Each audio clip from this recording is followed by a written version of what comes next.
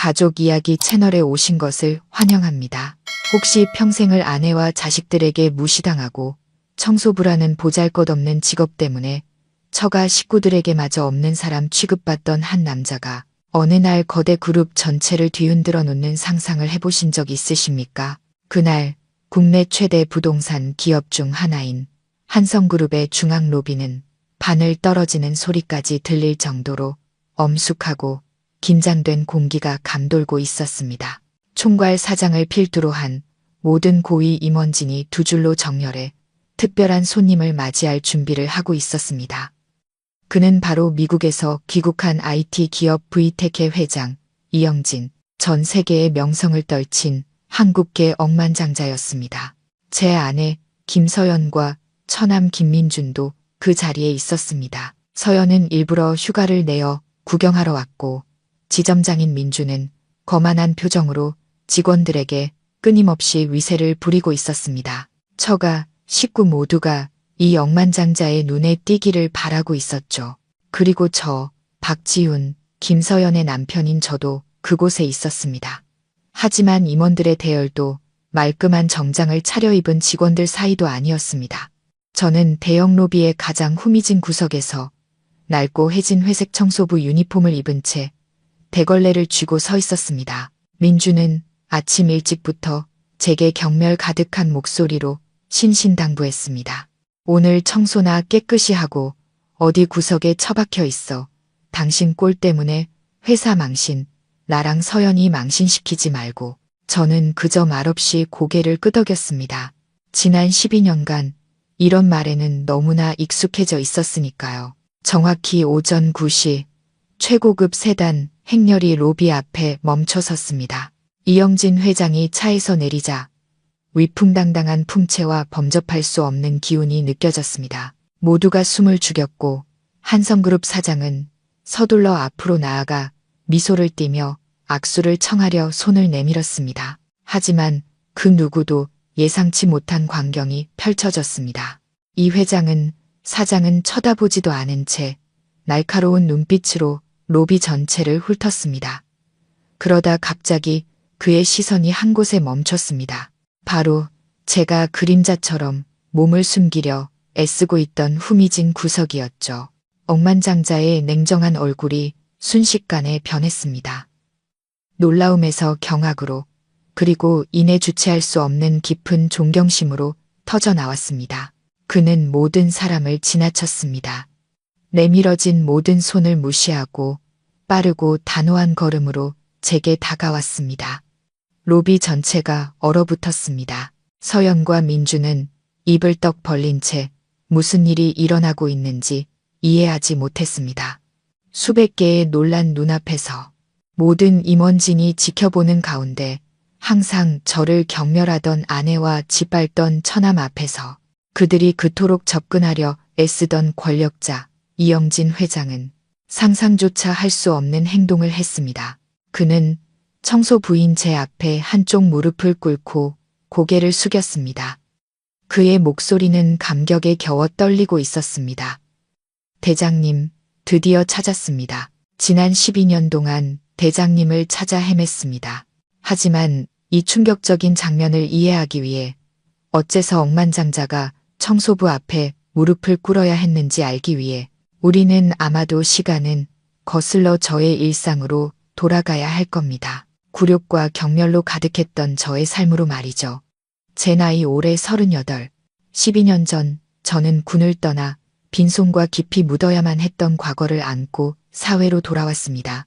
그리고 도시의 제법 부유한 사업가 집안의 딸인 서연과 결혼했습니다. 그때는 평온한 안식처를 찾았다고 생각했습니다.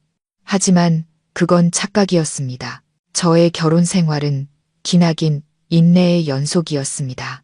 우리가 사는 이 고급 아파트는 서연의 혼수였고 그녀가 타는 차도 장모님의 돈이었습니다. 그들 눈에 저는 그저 빌부터 사는 식객, 미래 없는 시골뜨기일 뿐이었습니다. 당신 꼴 좀 봐. 어젯밤 고된 하루를 마치고 땀과 소독약 냄새에 찌든 채 집으로 돌아왔을 때 서연은 코를 막으며 혐오스러운 눈빛으로 저를 쏘아 붙였습니다. 남들 남편은 사장, 부장인데 외제차 타고 명품 입고 내 남편은 남의 화장실이나 닦고 다니잖아. 당신은 쪽팔리지도 않아. 난 창피해 죽겠어. 저는 말없이 청소부 옷을 벗어 조용히 욕실로 들어갔습니다. 쏟아지는 물소리도 거실에서 들려오는 장모님의 목소리를 막지는 못했습니다. 최 여사님은 쩌렁쩌렁 외치고 있었습니다.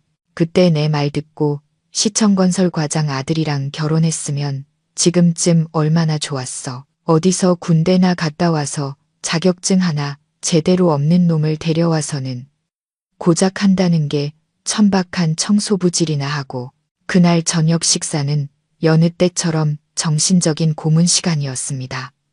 처남 민준도 와 있었죠. 그는 집안에서 왕처럼 떠받들어졌습니다. 장모님은 가장 맛있는 반찬을 그에게 집어주었고 서연은 오빠의 회사 일에 대해 끊임없이 물었습니다. 그리고 저는 식탁 구석에서 조용히 제 밥만 먹었습니다. 그들은 수십억짜리 프로젝트, 해외 출장, 높은 분들과의 인맥에 대해 이야기했습니다. 마치 저는 존재하지 않는 사람처럼 말이죠. 아, 박서방. 갑자기 민준이 저를 돌아보며 말했습니다. 그 거만한 말투에 속이 울렁거렸습니다. 요즘 청소팀 일이 많이 힘들다면서요. 이렇게 하는 게 어때요? 그 일 그만두고 내가 더 좋은 자리 알아봤는데 우리 지점 주차장에 야간 경비원 자리가 하나 비었거든요. 청소부보다는 월급도 좀 낮고 편할 거예요. 거기로 옮겨요. 그래도 한 식구인데 내가 도와줘야지. 밥알이 목에 걸리는 것 같았습니다. 서연과 장모님은 마치 하늘이 내린 은혜라도 되는 양 기대에 찬눈으로 저를 쳐다봤습니다. 청소부에서 주차장 경비원으로 그것이 그들이 제게 제시한 승진의 길이었습니다. 울분이 목구멍까지 차올랐지만 저는 식탁 아래에서 젓가락을 쥔 손에 힘을 주며 억눌렀습니다. 분노할 수 없었습니다. 어떤 것도 드러내서는 안 됐습니다. 12년 전 먼저 떠난 전우와 했던 맹세 때문에 평범한 사람으로 살아야 한다. 그림자처럼 사라져야 한다는 맹세. 고맙지만 지금 일이 괜찮습니다. 저는 감정 없는 목소리로 대답했습니다. 서연은 즉시 젓가락을 식탁에 내리쳤습니다. 괜찮아. 지금 괜찮다고 했어? 내가 회사에서 당신이 쭈그리고 바닥 닦는 거 볼 때마다 모르는 척하느라 얼마나 창피한지 알아? 당신 자신은 생각 안 해도 아내랑 자식 체면은 생각해야 할 거 아냐. 저는 고개를 숙인 채 아무 말도 하지 않았습니다. 너무나 익숙한 일이었으니까요. 그들에게 체면은 전부였습니다. 저의 과거, 그들과 같은 가정을 지키기 위해 생사를 넘나들었던 세월은 아무 의미도 없었습니다. 그날 밤 서연이 오래전부터 등을 돌린 차가운 침대에 누워 저는 또 그 전투 꿈을 꾸었습니다. 총성, 비릿한 피 냄새, 그리고 강민. 제 품에서 쓰러져 가던 가장 친한 전우의 모습. 지훈아, 약속해. 살아남아서 그녀를 지켜줘. 저는 식은땀에 옷이 흠뻑 젖은 채 잠에서 깼습니다. 조용히 발코니로 나가 잠든 도시를 내려다보았습니다. 강민아, 약속했다. 내 가족과 내가 맡긴 비밀을 지키기 위해 보이지 않는 사람처럼 살겠다고. 이런 굴욕을 견뎌야 한데도 약속은 어기지 않을게. 그리고 운명의 아침이 밝았습니다. 억만장자 이영진이 나타나 거짓된 평화를 모두 깨뜨리고 제가 지난 12년간 애써 짜왔던 신분의 장막을 찢어버린 그 아침이 과연 그 충격적인 무릎 꿇음 이후 박지훈이라는 남자의 인생은 어떻게 변할까요? 처가 식구들의 반응은 어떨까요? 그리고 그가 그토록 숨기려 했던 비밀은 무엇일까요?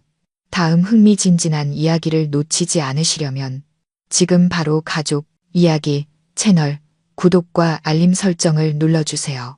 그날 로비에서 벌어진 이영진 회장의 무릎 꿇음이라는 충격적인 장면은 제 인생이라는 고요한 호수에 던져진 거대한 돌멩이와 같았습니다. 하지만 그 호수가 파문을 일으키기까지 무서울 정도로 고요한 12년의 세월을 견뎌내야 했습니다. 제가 스스로 선택한 침묵이었죠. 한성그룹 사람들에게 저는 그저 박청소부, 말없이 스쳐 지나가는 투명 인간일 뿐이었습니다. 매일 저는 청소 카트를 밀고 번쩍이는 복도를 수십억 원짜리 계약이 오가는 화려한 사무실을 지나갔습니다. 바닥에 얼룩을 닦고 쓸모없는 서류들로 가득 찬 쓰레기통을 비우며 귀를 기울였습니다. 저는 항상 듣고 있었습니다. 그들은 이 청소부 유니폼이 가장 완벽한 위장복이라는 사실을 몰랐습니다. 이 옷은 제게 이 건물의 모든 구석구석을 축축한 지하부터 최고위 임원의 집무실까지 누구의 의심도 사지 않고 드나들 수 있게 해주었습니다. 그들은 저를 보았지만 진정으로 보지는 못했습니다. 그들은 그저 청소하는 사람, 하나의 도구, 배경의 일부로만 여겼습니다. 그리고 바로 그 점이 제게 누구도 갖지 못한 이점을 주었습니다. 관찰력. 수백 번의 생사를 넘나드는 전투를 통해 단련된 제 눈은 평범한 사람들이 놓치는 것들을 볼 수 있었습니다. 저는 한 영업팀장이 몰래 전화를 받으며 보이던 불안한 눈빛을 보았고 A구역을 순찰해야 할 야간 경비원이 정기적으로 기밀 자료 보관실이 있는 B구역을 어슬렁거리는 비정상적인 행동을 알아차렸습니다. 등록되지 않은 낯선 차량들이 퇴근 시간 무렵 의심스럽게 후문을 드나드는 것을 목격했습니다. 이 모든 조각들은 다른 사람들에게는 그저 우연일 수 있었지만 제게는 아직 전체 그림을 보지 못한 퍼즐 조각들이었습니다.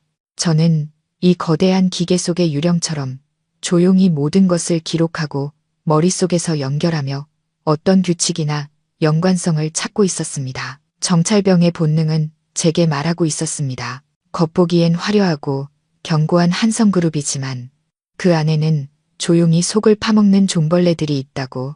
하지만 제가 누구라고 목소리를 낼 수 있겠습니까? 저는 그저 청소부일 뿐. 제 말은 아무런 무게도 없었습니다. 그저 관찰하고 기다리며 제 예감이 틀렸기를 바랄 뿐이었습니다. 하지만 저의 가장 큰 고통은 회사가 아닌 사람들이 집이라 부르는 곳으로 돌아왔을 때 시작되었습니다. 회사에서는 자발적인 그림자였지만 집에서는 강요된 그림자였습니다. 매일 밤 청소부 유니폼을 벗고 실내복으로 갈아입을 때마다 저는 또 다른 전쟁터에 직면해야 했습니다. 총성은 없지만 마른 비수보다 날카로운 전쟁터, 서연의 냉랭한 눈빛, 장모님의 잔소리, 처남의 경멸, 모든 것이 보이지 않는 바늘이 되어 제 자존심을 찔렀습니다. 하지만 저는 저항할 수 없었습니다. 약속했으니까요. 그날 밤도 여느 밤처럼 저는 또 그 꿈을 꾸었습니다. 지난 12년간 저를 괴롭혀온 지독한 악몽. 저는 서쪽 국경의 울창한 정글로 돌아가 있었습니다. 코를 찌르는 화약 냄새, 비릿한 피 냄새, 썩은 나뭇잎의 곰팡내까지 뒤섞여 숨 막히는 공기를 만들어냈습니다. 날카로운 총성, 귀를 찢는 수류탄 폭음, 그리고 우리가 쫓던 놈들의 울부짖음. 그들은 평범한 범죄자가 아니었습니다. 잔인하고 중무장한 국제 용병 집단이었습니다. 그리고 저는 강민희를 보았습니다. 사관학교 시절부터 생사를 함께한 가장 친한 친구이자 전우.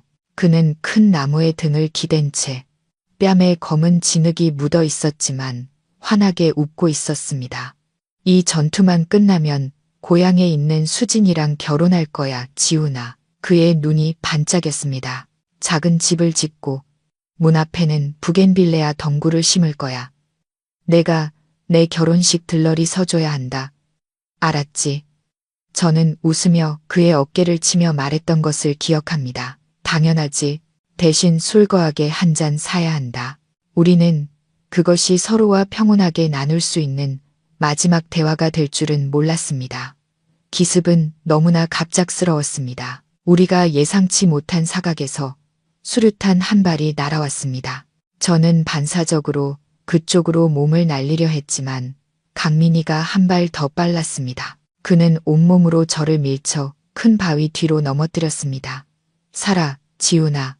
넌 살아야 해. 그것이 끔찍한 폭음이 온 공간을 찢어놓기 전에 제가 들었던 그의 마지막 말이었습니다. 제가 비틀거리며 일어났을 때 눈에 보인 것은 시커멓게 타버린 땅과 강민이 뿐이었습니다. 그는 여전히 눈을 크게 뜬 채 무언가 더 말하고 싶은 듯 저를 바라보고 있었습니다. 저는 달려가 차갑게 식어가는 그의 몸을 끌어안고 절망적으로 울부짖었습니다. 강민이의 가슴 주머니에서 제 손에 차갑고 딱딱한 것이 만져졌습니다. 낡은 가죽 커버의 작은 수첩이었습니다. 안에는 빼곡한 암호, 이름들, 장소들, 숫자들로 가득했습니다. 그것은 강민이가 몇 달 동안 목숨을 걸고 그들의 조직에 잠입해 얻어낸 결과물이었습니다. 이 거대한 초국가적 범죄 조직 전체를 폭로할 수 있는 증거였죠. 그리고 수첩 사이에는 사진 한 장이 끼워져 있었습니다. 맑은 미소와 상냥한 눈빛을 가진 젊은 여성, 강민이의 여동생이었습니다. 내 동생. 그리고 이 수첩을 지켜줘. 죽어가던 강민이의 목소리가 귓가에 생생하게 울렸습니다. 놈들 손에 넘어가게 해선 안 돼. 저는 식은땀에 베개가 흠뻑 젖은 채 잠에서 깼습니다. 방은 어두웠고 창틈으로 희미한 가로등, 불빛만 새어 들어왔습니다. 심장은 여전히 미친 듯이 뛰고 있었습니다. 가슴에 손을 얹자 12년이 지나도 여전히 욱신거리는 고통이 느껴졌습니다. 그것이 이유였습니다. 제가 청소부로 살아야만 했던, 스스로를 보이지 않는 존재로 만들어야 했던 이유. 놈들은 제 얼굴을 알고 있었습니다. 제가 살아있고 그 수첩을 가지고 있다는 걸 알게 되면 그들은 저와 강민이의 가족을 결코 가만두지 않을 겁니다. 저는 그들을 지켜야 했습니다. 저를 위해 목숨을 바친 친구와의 마지막 약속을. 저는 일어나 발코니로 나가 담배 한 대를 피웠습니다. 하얀 연기가 밤 공기 속으로 피어오르는 것이 마치 강민이의 영혼이 여전히 어딘가를 맴도는 것 같았습니다. 저는 밤속에 우뚝 솟은 한성그룹 건물을 바라보았습니다. 제가 관찰했던 것들, 제가 보았던 비정상적인 징후들. 갑자기 등골을 타고 차가운 생각이 스쳤습니다. 며칠 전 얼핏 보았던 그 경비원의 손목에 있던 전갈 문신. 그것은 평범한 문신이 아니었습니다. 스콜피온. 바로 12년 전 우리가 맞섰던 그 용병 집단의 상징이었습니다. 놈들이 여기서 뭘 하고 있는 거지? 한성그룹의 심장부에서 전갈 문신에 대한 생각은 밤새 저를 괴롭혔습니다. 다음 날 아침, 저는 평소보다 일찍 회사에 도착했습니다. 서울의 하늘은 아직 잠에서 덜 깼지만 제 마음속에서는 폭풍이 일기 시작했습니다. 저는 청소팀 탈의실로 바로 가지 않고 보안 카메라 감시실로 향했습니다. 야간팀의 청소 일정을 다시 확인해야 한다는 핑계로 저는 당직 경비원에게 어젯밤 녹화 영상을 보여달라고 요청했습니다. 나이가 지긋하고 선량해 보이는 그는 조금의 의심도 없이 바로 동의했습니다.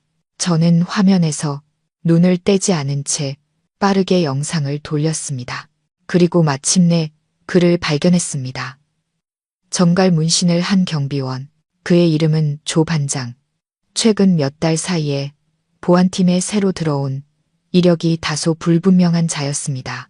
근무 일정상 그의 담당 구역은 중앙 로비와 지하 1층이었습니다. 하지만 어젯밤 새벽 2시가 거의 다 된 시각, 카메라는 그가 35층 복도로 몰래 들어가는 모습을 포착했습니다. 그곳은 한성그룹의 모든 설계 도면, 계약서, 그리고 중요한 입찰 서류를 보관하는 프로젝트 관리팀이 있는 층이었습니다. 그는 순찰을 하러 그곳에 간 것이 아니었습니다. 그는 조심스럽게 움직였고 눈은 계속 주위를 살폈습니다. 전문적인 침입자의 몸짓이었죠. 그는 자료 보관실 문 앞에 멈춰 섰습니다. 전자 잠금 장치와 실시간 감시 카메라로 보호되는 방이었습니다. 그는 자물쇠를 따려 하지 않았습니다. 그저 그곳에 서서 주머니에서 USB처럼 생긴 작은 장치를 꺼내 근처의 전원 콘센트에 꽂았습니다. 장치에서 녹색 불이 몇 번 깜빡이다 꺼졌고 그는 태연하게 장치를 뽑아 아무 일 없었다는 듯 몸을 돌려 떠났습니다. 그의 모든 행동은 1분도 채 걸리지 않았습니다. 심장이 거세게 뛰었습니다. 저는 그 장치가 무엇인지 알고 있었습니다. 무선 네트워크 데이터를 몰래 기록하고 복제하는 장치였습니다.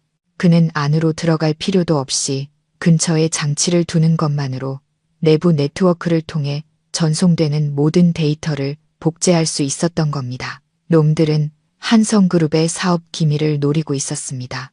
제 예감이 맞았습니다. 하지만 왜 악명 높은 국제 용병 집단이 어째서 부동산 프로젝트에 관심을 갖는단 말인가? 아니면 그들이 찾는 것은 다른 무언가일까? 저는 태연한 표정을 유지하며 경비원에게 감사 인사를 하고 감시실을 나섰습니다. 누군가에게 알려야 했습니다. 하지만 누구에게? 항상 저를 무시하는 민준에게, 아니면 임원들에게. 그들이 보잘것없는 청소부의 말을 믿어줄까? 제가 혼란스러워하는 동안 익숙한 인물이 복도를 스쳐 지나갔습니다. 바로 처남 민준이었습니다. 그는 정체불명의 검은 양복을 입은 험상궂게 생긴 두 남자와 함께 걷고 있었습니다. 그들은 사업 파트너처럼 보이지 않았습니다. 그들은 걸으면서 이야기를 나누었고 민준의 목소리는 평소의 거만한 태도와는 전혀 다른 다소 비굴한 기색이었습니다. 제 옆을 지나갈 때 두 남자 중 한 명이 저를 힐끗 쳐다봤습니다. 아주 빠른 눈짓이었지만 살인에 익숙한 자의 차갑고 무감각한 눈빛을 알아보기엔 충분했습니다. 그리고 그의 손목, 양복 소매 아래로 문신이 언뜻 보였습니다. 정갈 문신, 제 모든 의심이 확신으로 바뀌었습니다. 제 처남, 김민준이 이 범죄 집단과 연루되어 있었습니다. 어쩌면 그는 그들의 정체를 모를 수도, 그저 탐욕과 어리석음 때문에 이용당하고 있는 것일 수도 있습니다. 하지만 어찌 됐든 그는 늑대들에게 집 문을 열어준 셈이었습니다. 이제야 이해가 됐습니다. 놈들은 단순히 데이터를 복제하려는 것이 아니었습니다. 그들은 제 가족을 통해 한성그룹을 내부에서부터 장악하고 있었습니다. 차가운 분노가 속에서 치밀어 올랐습니다. 그들은 제 인생을 망가뜨렸을 뿐만 아니라 이 가족 전체를 돌이킬 수 없는 길로 밀어넣고 있었습니다. 그날 밤 저는 무거운 마음으로 집에 돌아왔습니다. 집안의 광경은 제 상상보다 더 끔찍했습니다. 소파에는 서연이 어머니 옆에 앉아 민준이 언급했던 것과 똑같은 짙은 남색의 경비원 유니폼을 들고 있었습니다. 왔어요? 서연은 저를 보자마자 일어섰습니다. 목소리는 더 이상 잔소리가 아닌 명령처럼 차가웠습니다. 봐요. 민준 오빠가 당신 자리 다 알아봐줬어. 여기 유니폼. 내일 한성그룹 그만두고 주차장으로 출근해요. 오빠가 2번 말하게 하지 말고. 저는 그녀 손에 들린 유니폼을 보았습니다. 그 짙은 남색이 마치 모욕처럼 느껴졌습니다. 저는 군인의 녹색 군복을 벗었습니다. 이제 그들은 제게 문지기의 제복을 입히고 싶어 했습니다. 일 안 바꾼다고 말했을 텐데요. 저는 또렷하게 대답했습니다. 뭐라고? 장모님이 벌떡 일어나 소리쳤습니다. 내가 감히 거역을 해? 민준이가 좋은 마음으로 챙겨주겠다는데 잘난 척은 내 놈 화장실 닦는 직업이 그렇게 대단한 줄 알아? 아니면 일부러 우리 서연이 사람들 앞에서 망신 주려고 작정한 거야? 어떤 일이든 일입니다. 제 땀으로 돈을 버는 거니까요. 저는 평정심을 유지하려 애썼습니다. 땀. 서연이 비웃었습니다. 그 웃음은 쓰라림과 경멸로 가득했습니다. 당신 청소부 월급이 한 달에 얼마인데 이 집 전기세, 수도세는 낼 수 있어. 내가 모를 줄 알아?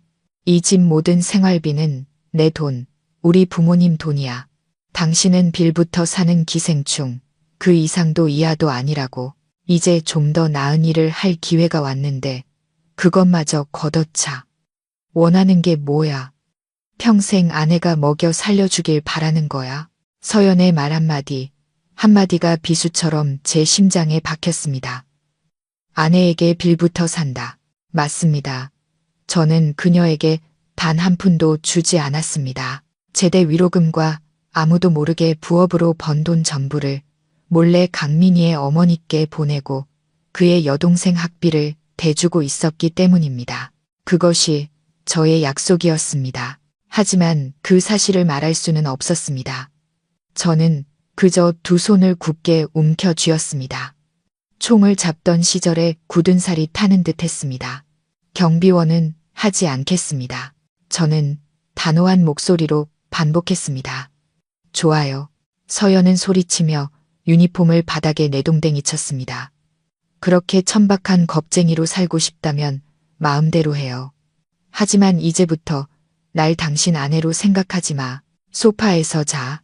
역겨운 사람이랑 같은 침대 쓰기 싫으니까. 그 말을 끝으로 그녀는 침실 문을 쾅 닫아버렸습니다. 장모님도 살이 타는 듯한 눈초리로 저를 한번 쏘아보고는 자기 방으로 들어가 버렸습니다. 저는 넓고 싸늘한 거실에 홀로 서 있었습니다. 경비원 유니폼이 조롱하듯 제 발치에 널브러져 있었습니다. 아내와 가족에게 무시당하는 고통과 한성그룹의 안위에 대한 걱정이 뒤섞여 제 어깨를 무겁게 짓눌렀습니다. 그들은 자신들이 굴욕의 나락으로 밀어내려는 남자가 다가오는 폭풍으로부터 그들을 구할 수 있는 유일한 희망이라는 사실을 몰랐습니다. 하지만 그들 스스로가 저를 밀어내려 애쓰는 이 상황에서 제가 어떻게 그들을 구할 수 있을까요? 그날 밤 저는 차갑고 딱딱한 소파에서 잠을 청했습니다. 하지만 그것이 저를 역겨운 존재로 여기는 사람과 한 침대에 눕는 것보다는 100배 나았습니다. 잠을 이룰 수 없었습니다. 서연, 장모님, 민준, 그리고 그 용병 놈들의 얼굴이 머릿속에서 계속 맴돌았습니다. 저는 두 개의 집게 사이에 낀 것 같았습니다. 한쪽은 숨어 살아야 한다는 맹세, 다른 한쪽은 모든 것을 삼키려 점점 더 커져가는 위협, 무언가 해야만 했습니다. 아버님의 옛 전우가 일군 기업이 범죄자들의 손에 넘어가는 것을 보고만 있을 수는 없었습니다. 그리고 아무리 믿더라도 민준이 그들에게 이용당하다 버려지는 것을 내버려 둘 수도 없었습니다. 다음 날 아침 제가 회사에 도착했을 때 분위기는 완전히 달라져 있었습니다. 말단 직원부터 부서장까지 모두가 분주하게 오갔고 얼굴에는 긴장감과 약간의 자부심이 서려 있었습니다. 중앙 로비에는 V택이 영진 회장님의 한성그룹 방문을 진심으로 환영합니다. 라는 문구가 적힌 커다란 붉은 현수막이 걸려 있었습니다. 드디어 그날이 온 것입니다. 저는 눈에 띄지 않으려 청소 카트를 구석으로 밀었습니다. 여직원들이 수군거리는 소리가 들렸습니다. 이영진 회장님 재산이 조 단위라던데 진짜 부자인가 봐. 부자일 뿐만 아니라 카리스마도 장난 아니래. 사진만 봐도 권위가 느껴지잖아. 이번에 V테크랑 계약만 성사되면 우리 그룹은 날개를 다는 거야. 이번 스마트시티 프로젝트 규모가 1조 원이 넘는다던데. 그 감탄사들 사이로 민준이 로비 한가운데 서서 의전팀에게 화환 배치를 지시하는 모습이 보였습니다. 그는 명품 정장을 빼입고 머리에는 왁스를 발라 번쩍였으며 마치 이 환영 행사의 주인이 자신인 양거만한 표정이었습니다. 이 꽃 위치 틀렸잖아. 왼쪽으로 좀 더 옮겨. 레드카펫은 주름 하나 없이 쫙 펴야지. 다들 프로답게 움직여. 이게 우리 그룹의 얼굴이라고. 그는 몸을 돌리다 제 눈과 마주치자 미간을 찌푸리며 빠르게 다가왔습니다. 내가 뭐라고 했어? 그는 이를 악물고 목소리를 낮췄습니다. 왜 아직도 여기서 얼쩡거리고 있는 거야? 당신 꼴이 얼마나 보기 흉한지 몰라? 빨리 창고로 들어가. 청소를 하든 뭘 하든 손님들 다 가시면 그때나 나오라고. 하지만 로비 구역이 제 담당입니다. 저는 태연하게 대답했습니다. 알 필요 없어. 민준이 쏘아붙였습니다. 오늘은 내가 여기 총책임자야. 내 말이 곧 법이라고. 안 들려? 아니면 당신네 팀장한테 직접 전화해줘. 저는 더 이상 아무 말 없이 조용히 몸을 돌려 창고로 향하는 복도 쪽으로 카트를 밀었습니다. 지나가는데 그가 경멸 가득한 목소리로 내뱉는 소리가 들렸습니다. 진짜 눈치 없는 인간. 화나지 않았습니다. 그저 그가 불쌍할 뿐이었습니다. 그는 자신을 과시하고 권력의 환상에 도취해 자신이 협력하는 자들이 언제든 자신을 물어뜯을 상어떼라는 사실을 전혀 모르고 있었습니다. 자신이 판을 움직이고 있다고 생각하겠지만 실은 그들 손에 놀아나는 꼭두각시에 불과했습니다. 집에서도 분위기는 들끓었습니다. 어젯밤에는 저를 원수처럼 대했지만 오늘 아침 서연은 다소 누그러진 말투로 문자를 보내왔습니다. 오늘 일 조심해서 해요. 실수하지 말고. 어쨌든 회사의 중요한 날이잖아. 그녀가 저를 걱정하는 게 아니라 자신의 체면을 걱정하고 있다는 것을 알았습니다. 점심시간이 다가올 무렵 서연에게서 다시 전화가 왔습니다. 이번에는 목소리가 다소 들떠 있었습니다. 지훈 씨, 나 지금 회사 근처인데 좀 이따 민준 오빠한테 볼 일이 있어서 들를게. 이영진 회장님 일행 곧 도착한다면서 그냥 잠깐 보려고. 전설의 억만장자가 어떻게 생겼나 궁금해서. 저는 그저 응이라고 대답하고 전화를 끊었습니다. 그녀의 목적을 뻔히 알고 있었습니다. 잠깐 본다. 시야를 넓힌다는 건 핑계일 뿐. 그녀는 기회를 찾고 있었습니다. 저보다만 배는 더 부유하고 권력 있는 남자의 눈에 들 기회를. 어쩌면 마음속으로는 저 같은 하찮은 남편에게서 벗어날 수 있기를 바라고 있는지도 모릅니다. 장모님도 가만히 계시지 않았습니다.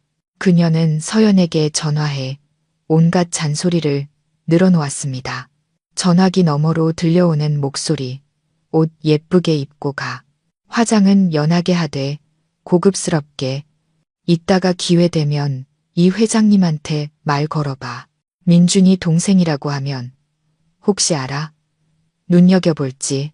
인생에 이런 기회는 몇 번 안 와. 그 가족 모두 처남부터 아내, 장모님까지 허황된 꿈을 향해 달려들고 있었습니다. 그들은 이영진 회장을 부하 지위를 내려줄 재물의 신처럼 바라보고 있었습니다. 그들은 그를 환영하기 위해 가장 아름다운 얼굴과 가장 화려한 말을 준비하고 있었습니다. 그들은 이번 방문에서 이익을 얻기 위해 모든 수를 계산하고 있었습니다. 그들은 자신들이 성인처럼 떠받드는 그 남자가 자신들이 쓰레기처럼 여기는 자에게 곧 무릎을 꿇으리라는 것을 몰랐습니다. 그들은 자신들이 간절히 기다리는 폭풍이 돈다발이 아닌 자신들이 가진 모든 것을 휩쓸어 갈 것이라는 사실도 몰랐습니다. 저는 창고에 앉아 장비들을 하나하나 닦았습니다. 공간은 숨막힐 정도로 고요했습니다. 로비에서 흘러나오는 부드러운 음악 소리가 들렸습니다. 중요한 순간을 준비하는 사람들의 분주한 발걸음 소리. 저만이 그 화려한 파티에서 밀려난 사람이었습니다. 하지만 어쩌면 저만이 그 이면의 진실을 보고 있는 유일한 사람일지도 모릅니다. 물통을 들여다보았습니다. 그 안에 비친 제 모습은 희미하고 초라했습니다. 청소부, 아내에게 무시당하는 남편, 빌부터 사는 식객. 그것이 그들이 생각하는 저였습니다. 하지만 저는 제가 누구인지 그리고 무엇을 해야 하는지 알고 있었습니다. 시간이 다가오고 거대한 연극이 시작되려 하고 있었습니다. 단지 이 연극에서 제 역할이 이토록 예상바뀔 줄은 몰랐을 뿐입니다. 그리고 지난 12년간 숨겨왔던 비밀의 장막이 그 누구도 예상치 못한 방식으로 걷히게 될 줄은 저는 좁은 창고에 앉아 있었습니다. 곰팡내와 소독약 냄새가 코를 찔렀지만 제 정신은 그곳에 없었습니다. 저는 한성그룹 건물의 전체 구조를 머릿속에 그리고 있었습니다. 모든 통로, 모든 사각지대, 모든 카메라 위치가 손바닥 보듯 선명하게 떠올랐습니다. 지난 1년간 청소 카트를 밀고 곳곳을 돌아다니는 동안 저는 무의식적으로 모든 것을 기억했습니다.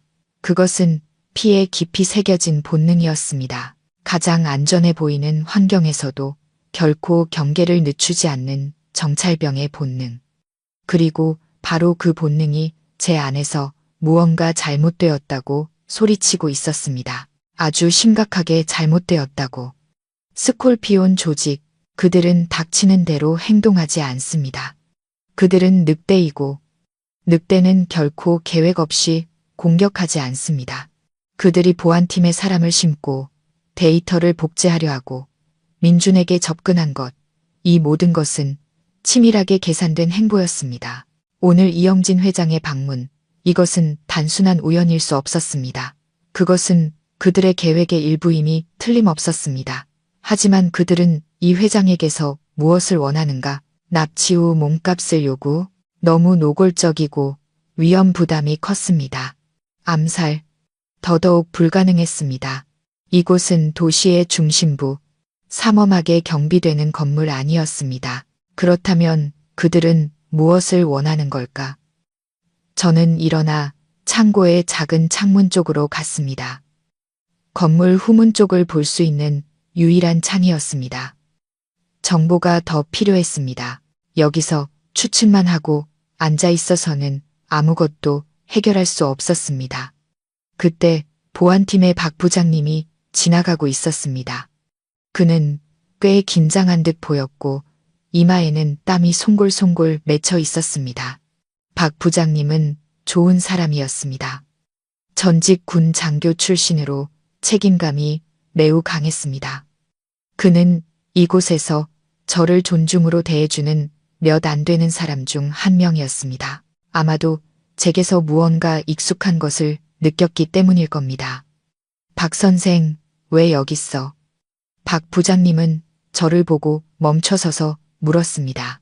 오늘 로비가 바빠서 김 지점장이 걸리적거리지 말라고 여기로 보냈습니다.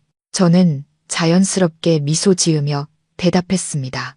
박 부장님은 한숨을 쉬며 고개를 저었습니다. 김 지점장은 언제나 저 모양이지, 신경 쓰지 마. 근데 내가 보기에 자네도 군인 출신 같아. 걷는 폼이나 자세를 보면 알 수 있거든. 저는 그저 웃으며 대답하지 않았습니다. 지금이 기회였습니다. 부장님, 오늘 경비가 아주 삼엄하겠네요. 저는 무심한 척 물었습니다. 말도 마. 박 부장님이 대답하며 담배 한 개비를 꺼내 물었습니다. VTech 쪽이 아주 프로페셔널해. 이 회장 경호를 위해 자체 경호팀까지 데려왔더라고. 그 친구들 인상 한번 살벌하더군. 하나같이 거구해. 눈은 사람 잡아먹을 듯이 쏘아보고 우리 팀은 외부 경계 지원만 하고 있어. 무기도 소지하고 있습니까? 저는 최대한 태연한 목소리를 유지하며 물었습니다. 박 부장님은 제 질문에 다소 놀란 듯 저를 힐끗 쳐다보았지만 이내 고개를 끄덕였습니다. 그럼 경찰청 특별 허가증이 있더군.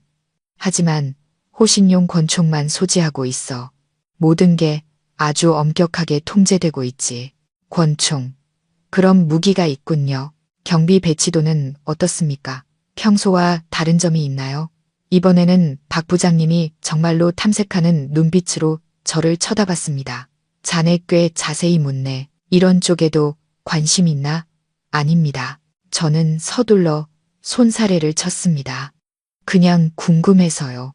다들 너무 긴장하고 계셔서 무슨 일이라도 생겨서 제 일에 영향이 있을까 봐요. 제 해명이 합리적이었는지 박 부장님은 담배 연기를 길게 내뿜으며 말했습니다. 기본적으로는 예전과 같아 주요 거점의 인원만 보강했을 뿐 주 출입구, 엘리베이터, 지하 주차장 모두 우리 인원과 그쪽 인원이 협력하고 있어 완벽하게 안전해. 걱정 말라고. 완벽하게 안전하다. 저는 입속으로 되뇌었습니다. 군인의 사전에서 그 두 단어보다 더 위험한 말은 없었습니다. 자만심이야말로 가장 큰 적이었습니다.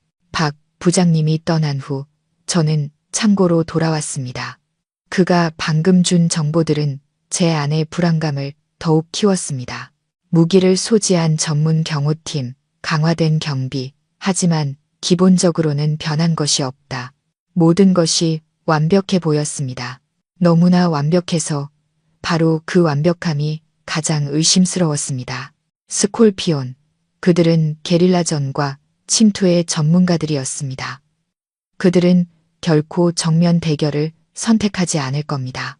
그들은 허점, 아무도 예상치 못한 가장 작은 허점을 찾아낼 것입니다.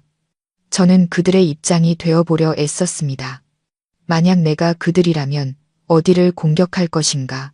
사람이 너무 많고 경비가 삼엄한 로비는 아니다. 보안이 더욱 철저한 회의실도 아니다. 그렇다면 어디? 문득 며칠 전의 기억이 머릿속을 스쳤습니다. 그날 저는 VIP 주차 구역인 지하 2층을 청소하고 있었습니다. 한 무리의 인부들이 그곳의 환기 시스템을 수리하는 것을 보았습니다. 그 자체는 별일 아니었습니다. 만약 제가 그들 중 한 명이 제가 해외 임무 시절 들었던 중동 지역의 속어로 통화하는 것을 우연히 듣지 않았다면 말입니다. 그때는 그저 외국인 노동자라고 생각하고 대수롭지 않게 여겼습니다. 하지만 지금 환기 시스템, 심장이 샜는 것 같았습니다. 한성그룹 건물의 환기구는 모든 층을 관통하는 복잡한 시스템이었고 가장 큰 주 환기구는 지하 2층에서 옥상까지 곧장 이어져 있었습니다. 그 환기구는 어디를 지나가는가? 자료 보관실 바로 위인 35층을 지나갔고 제가 확신하건대 계약 체결식이 열릴 40층 VIP 회의실도 지나갔습니다. 머릿속에 미쳤지만 완벽하게 가능한 계획이 떠올랐습니다. 그들은 외부에서 공격하지 않을 것이다. 그들은 내부에서 아무도 상상하지 못할 길을 통해 공격할 것이다.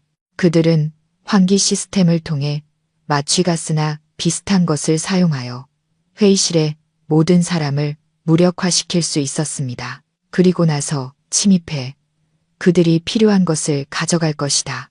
하지만 그들이 이 회장에게서 필요한 것이 무엇일까? 아니면 그들의 목표가 이 회장이 아닌 걸까? 등 뒤로 식은땀이 흘렀습니다. 누군가에게 경고해야 했습니다. 하지만 증거가 없었습니다. 모든 것은 제 추측일 뿐. 만약 제가 뛰쳐나가 용병 집단이 환기구를 통해 공격할 것이라고 말한다면 그들은 어떻게 생각할까? 저를 미쳤다고 생각할 겁니다. 민준과 처가 식구들은 저를 정신병원에 쳐넣을 빌미를 잡게 될 겁니다. 바로 그때 주머니 속 전화가 울렸습니다. 서연이었습니다. 어디에요? 나 도착했어. 민준 오빠랑 로비에 있어. 일행 곧 온다니까 알아서 잘 숨어 있어요. 얼굴 내밀지 말고. 저는 무거운 마음으로 전화를 끊었습니다. 제가 목숨을 걸고 지켜야 할 아내는 제가 자신의 체면을 구길까봐 걱정하고 있었습니다. 창밖을 내다보자 이 회장의 차량 행렬이 정문으로 들어오기 시작했습니다.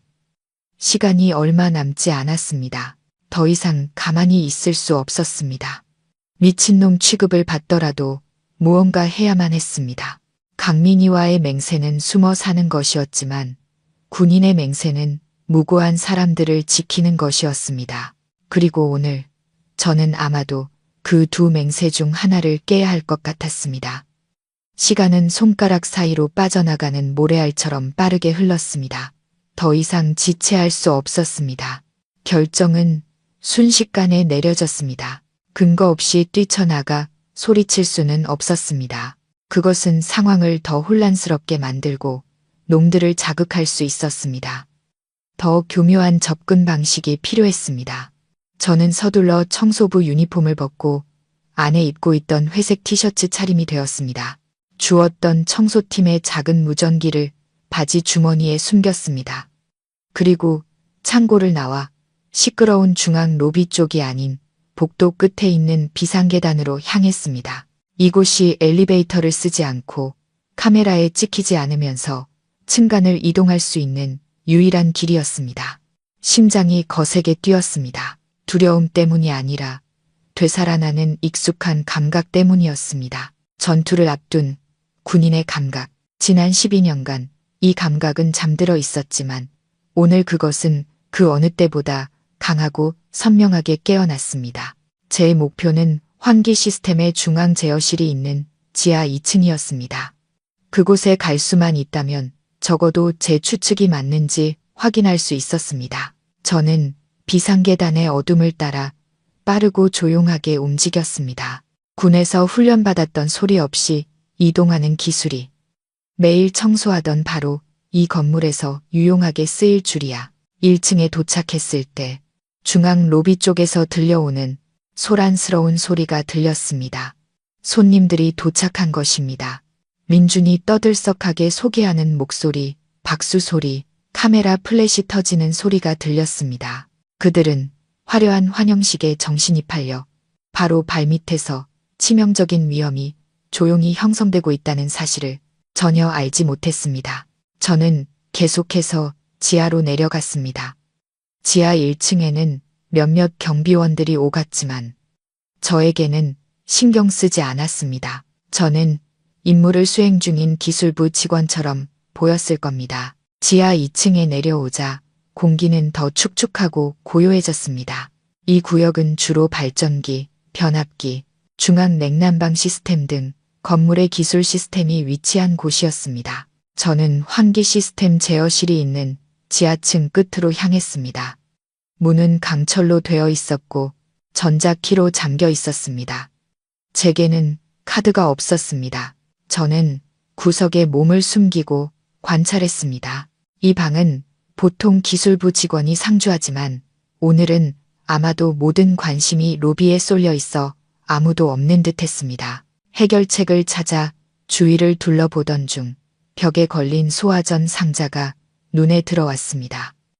안에는 소방 호스와 소화기 외에 작은 비상용 망치가 있었습니다. 평상시라면 문을 부수는 것은 미친 짓이겠지만 지금 제게는 다른 선택지가 없었습니다. 복도 구석의 보안 카메라를 힐끗 보았습니다. 다른 방향을 향하고 있었습니다. 제게는 약 30초의 시간이 있었습니다. 저는 조용히 소화전 상자를 열고 망치를 꺼냈습니다. 자물쇠를 치지는 않았습니다. 큰 소리가 날 테니까요. 저는 문의 경첩을 노렸습니다. 거의 누구도 신경 쓰지 않는 약점. 적당하지만 단호한 힘으로 경첩에 핀을 내리쳤습니다. 딱 하는 건조한 소리가 울렸습니다. 남아있는 다른 경첩에도 똑같이 했습니다. 문이 작은 틈으로 열렸습니다. 저는 몸을 비집고 들어가 조용히 문을 닫았습니다. 방 안에는 환기 시스템의 기술적 수치를 보여주는 수많은 화면이 빛나고 있었습니다.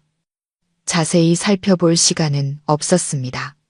저는 주 제어판으로 직진했습니다. 그리고 마침내 그것을 보았습니다. 시스템 상태 표시 화면에 지하 2층 구역에서 누군가 고의로 소리를 꺼놓은 붉은색 경고가 깜빡이고 있었습니다. 덕트 내 이상 가스 감지, 낮은 농도, 긴급 점검 요망, 이상 가스, 맙소사. 놈들이 행동을 시작한 것입니다. 놈들은 시스템에 소량의 가스를 주입하고 있었습니다. 시험용이거나 본격적인 공격을 준비하기 위한 것일 수 있었습니다. 시계를 보니 거의 10시였습니다. 일정대로라면 계약 체결식은 11시에 40층 VIP 회의실에서 열릴 예정이었습니다. 제게는 약 1시간이 남아 있었습니다. 40층의 환기 시스템을 무력화해야 했지만 전체 시스템을 끌 수는 없었습니다. 그랬다간 건물 전체에 경보가 울릴 테니까요. 조용히 처리해야 했습니다. 저는 군대에서 배웠던 기술 시스템에 대한 지식을 떠올리며 제어판을 뒤졌습니다. 각 구역의 차단 밸브 제어 항목을 찾았습니다. 40층 구역을 선택하고 VIP 회의실을 찾아냈습니다. 그리고 긴급 밸브 차단 버튼을 눌렀습니다. 시스템 어딘가에서 쉬익하는 작은 소리가 들렸습니다. 화면에서 VIP 회의실 아이콘이 회색으로 바뀌었습니다. 그곳으로 가는 공기 흐름이 차단된 것입니다. 한숨 돌렸습니다. 적어도 눈앞의 위험은 막았습니다. 하지만 이것은 임시 방편일 뿐.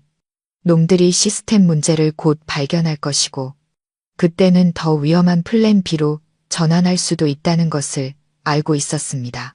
박 부장님에게 경고할 방법을 찾아야 했습니다. 저는 무전기를 꺼내 보안팀 내부 주파수로 맞췄습니다. 사실을 그대로 말할 수는 없었고 다른 방법을 써야 했습니다. 저는 호출 버튼을 누르고 겁에 질린 청소부 목소리를 흉내냈습니다. 여보세요. 여보세요. 들리십니까? 저 지하 2층 청소부인데요. 여기에 가스 냄새가 너무 심하게 나요. 가스가 새는 것 같아요. 뭐라고? 지하 2층에서 가스가 샌다고? 무전기 너머로 박 부장님의 걱정 가득한 목소리가 들렸습니다. 확실한가? 위치가 어디지? 환기 시스템 제어실 근처요. 냄새가 너무 심해요. 곧 터질 것 같아요. 빨리 와서 확인 좀 해주세요. 알았네. 당장 그곳에서 멀리 떨어져 바로 사람 보낼 테니.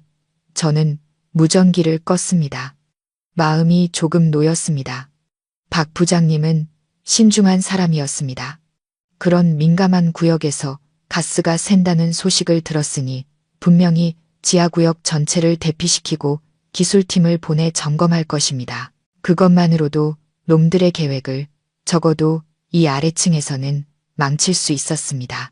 이곳을 떠나야 했습니다. 보안팀이 내려오면 저를 발견할 테니까요. 문을 살짝 열어 밖을 살폈습니다. 복도는 여전히 조용했습니다. 저는 몰래 빠져나와 제어실 문을 닫고 문이 부서진 것을 들키지 않도록 임시로 빗장을 걸었습니다. 하지만 막 몸을 돌려 비상계단으로 가려던 순간 등 뒤에서 차가운 목소리가 들렸습니다. 거기서.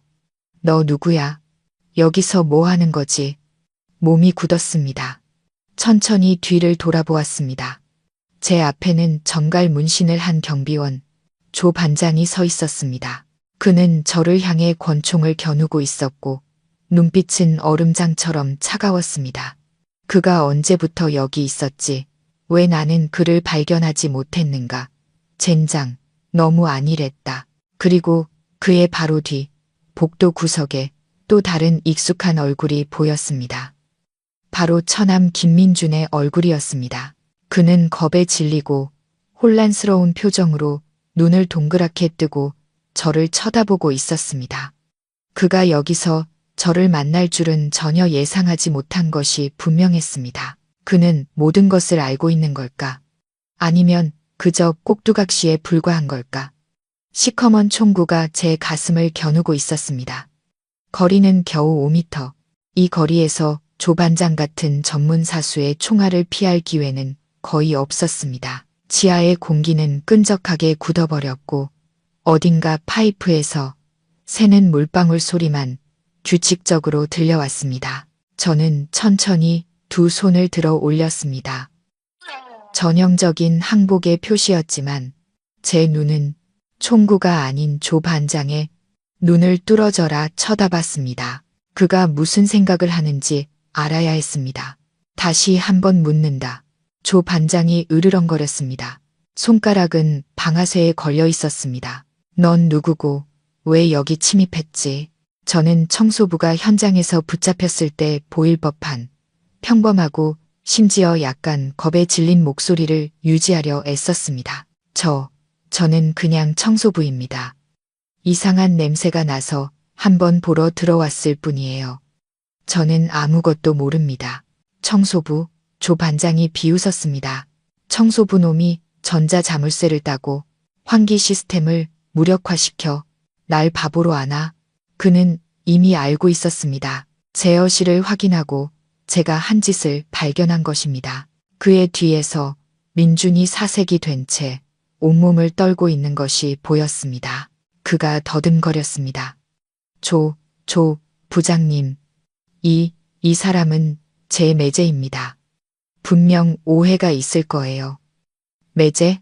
조 반장이 민준을 칼날 같은 눈빛으로 쏘아봤습니다. 넌 입 닥쳐. 이건 너랑 상관없는 일이야. 그는 다시 저를 보며 말했습니다. 누가 시켰어? 경찰이냐? 머릿속이 복잡하게 돌아가며 모든 가능성을 계산했습니다. 제 진짜 신분을 드러낼 수는 없었지만 계속 연기하다가는 그가 저를 살려두지 않을 것이 분명했습니다. 바로 그때 비상계단 쪽에서 다급한 발걸음 소리와 외침이 들려왔습니다. 불이야. 지하 2층에 가스가 샌다. 모두 대피해. 박 부장님과 보안팀이었습니다. 제 신고를 받고 행동에 나선 것입니다. 조 반장은 외침을 듣고 얼굴색이 변했습니다. 시간이 얼마 없다는 것을 안 것입니다. 그의 눈에 잠시 망설임이 스쳤습니다. 여기서 저를 쏴서 입을 막을 것인가, 아니면 일단 붙잡아 둘 것인가. 날 따라와. 그가 결정했습니다.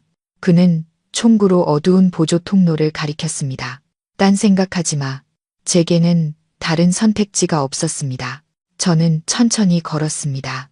민준도 조 반장에게 끌려갔습니다. 그는 우리를 낡은 창고에 밀어넣고 밖에서 문을 잠갔습니다. 거기 꼼짝 말고 있어. 일 처리하고 나서 너희들을 처리할 테니. 그의 발소리가 멀어졌습니다. 창고 안은 칠흑같이 어두웠고 문틈으로 희미한 빛만 새어 들어왔습니다. 겁에 질려 헐떡이는 민준의 숨소리가 들렸습니다. 지훈 씨, 이게 어떻게 된 일이에요? 저 사람은 누구죠? 왜 총을 가지고 있는 거예요? 그 질문은 스스로에게 해야죠. 저는 차갑게 대답했습니다. 당신이 사업상 협력하는 사람이잖아요. 저는 몰랐어요. 민준이 더듬거렸습니다. 그들은 그냥 투자 회사라고 했어요. 막대한 수수료를 약속했고요. 그들이 범죄자일 줄은 몰랐어요. 탐욕이 화를 부른 거죠. 그와 말다툼하며 시간을 낭비하고 싶지 않았습니다. 여기서 나가야 했습니다. 방안을 둘러보았습니다. 온통 부서진 책상, 녹슨 서류함 같은 낡은 가구들 뿐이었습니다. 제 시선이 천장 가까이에 있는 작은 환기구에 멈췄습니다. 어딘가로 연결되어 있을 겁니다. 여기서 죽음을 기다릴 수는 없었습니다. 저 위로 올라가야 했습니다. 로비로 가야 했습니다. 어떤 이유에서인지 직감이 말해주고 있었습니다. 모든 문제를 해결할 열쇠는 이 아래가 아니라 저 위에 이영진 회장과의 만남에 있다고. 그 시각 로비의 분위기는 최고조에 달해 있었습니다. 귀빈들은 자리에 착석했고 이영진 회장은 임원진과 간단한 인사를 나눈 후 한성그룹 사장과 대화를 나누고 있었습니다. 서연과 장모님은 구석에 서서 끼어들 기회를 엿보고 있었지만 쉽지 않았습니다. 모두가 억만장자의 연설을 기다리고 있었습니다. 갑자기 작은 사고가 발생했습니다. 너무 긴장한 탓인지 한 직원이 귀빈들이 서 있는 곳 근처에서 와인잔이 담긴 쟁반을 엎지른 것입니다. 유리 조각이 사방으로 튀었고 사람들은 놀라 뒤로 물러섰습니다.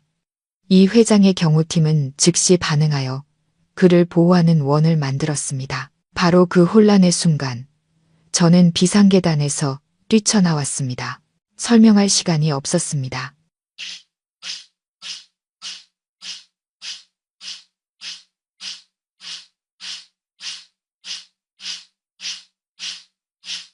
본능에 따라 움직였을 뿐. 저는 겁에 질려 울고 있는 한 임원의 어린 딸 쪽으로 큰 유리 조각이 날아가는 것을 보았습니다. 한치의 망설임도 없이 저는 달려들어 그 아이를 몸으로 감쌌습니다. 동시에 손에 들고 있던 걸레로 유리 조각을 강하게 쳐냈습니다. 유리 조각은 방향을 바꿔 장식 기둥에 깊숙이 박혔습니다. 모든 행동은 눈 깜짝할 사이에 일어났습니다. 너무 빨라서 대부분의 사람들은 무슨 일이 있었는지조차 이해하지 못했습니다. 모든 것이 잠잠해졌을 때 그들은 그저 청소부인 제가 어린아이를 품에 안고 있는 모습과 다른 작은 유리 조각에 베어 피가 흐르는 제 팔뚝을 보았을 뿐입니다. 모두가 넋을 잃었습니다.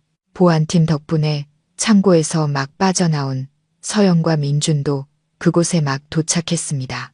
그들은 저를 보고 얼어붙었습니다.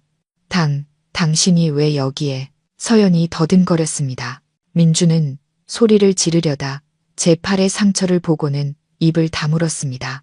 하지만 가장 놀란 사람은 바로 이영진 회장이었습니다.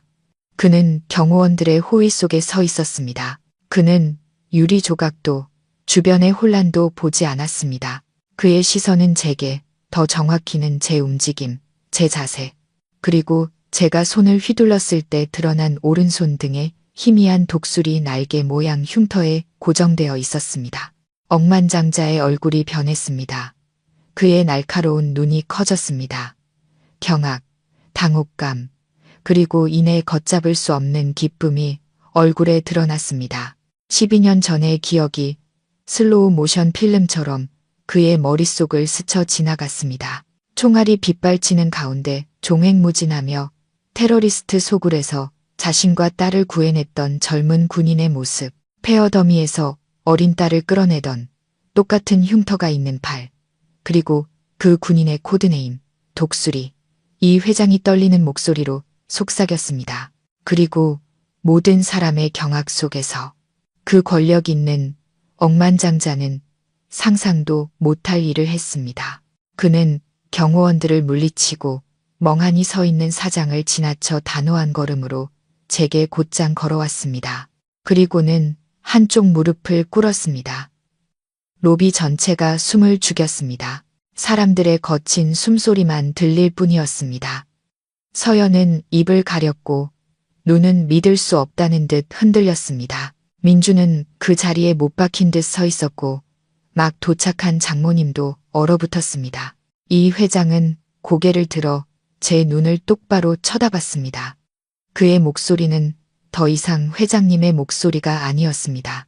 은인을 10년 넘게 애타게 찾아온 은혜 입은 자의 목소리였습니다. 대장님, 드디어 찾았습니다. 지난 12년 동안 대장님을 찾아 헤맸습니다. 바로 그 순간, 저는 청소부 박지훈의 숨겨진 인생이 공식적으로 끝났음을 알았습니다. 하지만 저는 이 폭로가 위험의 끝이 아니라 훨씬 더 격렬한 전투의 시작이 될 줄은 미처 몰랐습니다. 시간이 멈춘 듯 한성그룹의 거대한 로비는 완벽한 침묵에 잠겼습니다. 그 침묵은 천마디 말보다 더 시끄러웠습니다. 최고위 임원부터 평사원까지 수백 명의 사람들이 모두 숨을 죽인 채 눈앞에서 벌어지는 비현실적인 광경에서 눈을 떼지 못했습니다. 세계적인 억만장자가 청소부 앞에 무릎을 꿇고 있는 장면, 장인, 장모님, 그리고 특히 지난 12년간 저와 함께 살아온 아내, 김서연, 모두가 돌처럼 굳어 있었습니다. 그들의 얼굴에는 당혹감, 혼란, 그리고 극도의 불신이 기묘하게 뒤섞여 있었습니다. 저는 여전히 청소부의 모습으로 팔에서는 피가 흐르는 채로 그곳에 서 있었습니다. 마음속은 폭풍이 몰아치고 있었습니다. 저의 은둔 계획, 지난 12년간 지키려 애썼던 맹세, 모든 것이 한순간에 산산조각 났습니다. 저는 이 순간부터 박지훈의 인생은 결코 예전으로 돌아갈 수 없으리라는 것을 알았습니다. 회장님, 제발 일어나십시오. 저는 당황하며 서둘러 이 회장님을 부축하려 손을 내밀었지만 그는 자세를 유지한 채 존경과 약간의 원망이 섞인 눈빛으로 저를 바라봤습니다. 제 감사를 받아주시지 않는다면 일어나지 않겠습니다. 지난 12년간 어디에 계셨습니까? 왜 흔적도 없이 사라지셨습니까? 제가 회장님을 찾기 위해 모든 자원을 동원해 이 세상을 다 뒤졌다는 것을 아십니까? 그 혼란과 당혹 속에서 한성그룹의 총괄 사장인 강 사장님이 가장 먼저 반응했습니다. 그는 결단력 있는 중년 남성이었고 제가 알기로는 아버지의 옛 전우였습니다. 강 사장님은 빠르게 다가와 보안팀에게 손짓하여 원을 만들게 했고 호기심 어린 군중과 치켜든 휴대폰 카메라로부터 우리를 능숙하게 차단했습니다. 이 회장님, 그리고 여러분, 강 사장님의 목소리가 모두를 진정시키려는 듯 분명하게 울려 퍼졌습니다. 아마도 여기에 어떤 오해가 있었던 것 같고 작은 사고도 있었습니다. 안전과 사생활 보호를 위해 이 회장님과 여기 박지훈 씨를 제 집무실로 모시고 이야기를 나누도록 하겠습니다. 다른 분들은 질서를 지켜주시고 업무에 복귀해 주시기 바랍니다. 강 사장님의 말은 명령과도 같았습니다. 여전히 궁금증이 가득했지만 누구도 감히 거역하지 못했습니다. 저는 2명의 보안 요원에게 호위되어 이 회장님, 강 사장님, 그리고 몇몇 다른 고위 임원들과 함께 회장 전용 엘리베이터에 탔습니다. 엘리베이터 문이 닫힐 때 저는 서연의 눈과 마주쳤습니다. 그녀는 저를 보고 있었습니다. 제가 도저히 읽을 수 없는 눈빛으로 더 이상 경멸도 혐오도 없었습니다. 대신 마치 전혀 다른 사람, 한 번도 본 적 없는 사람을 보는 듯한 낯섦과 회의감이 가득했습니다. 회장 집무실은 건물의 가장 높은 층에 위치해 있었고 호화롭고 고요했습니다. 문이 닫히자마자 이 회장님은 더 이상 기다릴 수 없다는 듯이 강 사장님을 돌아보며 흥분된 목소리로 말했습니다. 강 사장, 이분이 누군지 아시오? 당신네 그룹이 국보급 인재를 모셔놓고 바닥이나 닦게 했다는 걸 알고 있소. 강 사장님도 매우 혼란스러워했습니다. 그는 저를 이 회장님을 한 번 쳐다봤습니다. 회장님, 정말 무슨 말씀이신지 모르겠습니다. 박지훈 씨는 저희 청소팀 직원입니다. 여기서 일한 지 1년 정도 되었습니다. 1년, 이 회장님이 웃음을 터뜨렸습니다. 씁쓸함과 감회가 섞인 웃음이었습니다. 1년은 청소부로, 그럼 그전 11년은 어디에 있었소? 독수리, 지난 12년간 계속 여기 있었던 거요? 독수리, 아주 오랫동안 아무도 부르지 않았던 그 코드네임. 그것을 듣자 가슴이 저려왔습니다. 회장님, 그건 과거의 일입니다. 저는 목소리를 낮춰 대답했습니다. 과거라고? 이 회장님이 목소리를 높였습니다. 내게는 결코 과거가 아니오. 평생을 갚아도 다 갚지 못할 은혜의 빚이란 말이오. 그는 여전히 다른 세상에 온 듯 멍하니 서 있는 방 안에 다른 사람들을 돌아보았습니다. 그리고 이야기를 시작했습니다. 그는 12년 전의 이야기를 들려주었습니다. 당시 그는 아프리카의 한 작은 나라로 시장 조사를 겸한 출장을 갔습니다. 그와 함께 간 사람은 당시 겨우 8살이었던 그의 외동딸이었습니다. 그 출장은 악몽이 되었습니다. 그의 일행 전체가 극단주의 이슬람 테러 단체에 납치되어 정글 깊숙한 곳에 비밀 기지로 끌려갔습니다. 놈들은 막대한 몸값과 터무니없는 정치적 요구를 했습니다. 우리는 거의 한 달 동안 어둡고 더러운 지하실에 갇혀 있었습니다. 이 회장님의 목소리가 기억을 떠올리며 떨렸습니다. 하루하루가 지옥 같았소. 딸아이는 고열에 시달리며 헛소리를 했고 나는 우리 부녀가 거기서 목숨을 잃을 거라고 생각했소. 현지 정부는 거의 무력했습니다. 그들은 테러리스트와 타협하려 했습니다. 바로 그때 그들이 나타났소. 이 회장님의 눈이 빛났습니다. 단 6명으로 이루어진 작은 특수부대였소. 그들은 밤의 유령처럼 나타났지. 나는 그들이 누구인지 어디서 왔는지 몰랐소.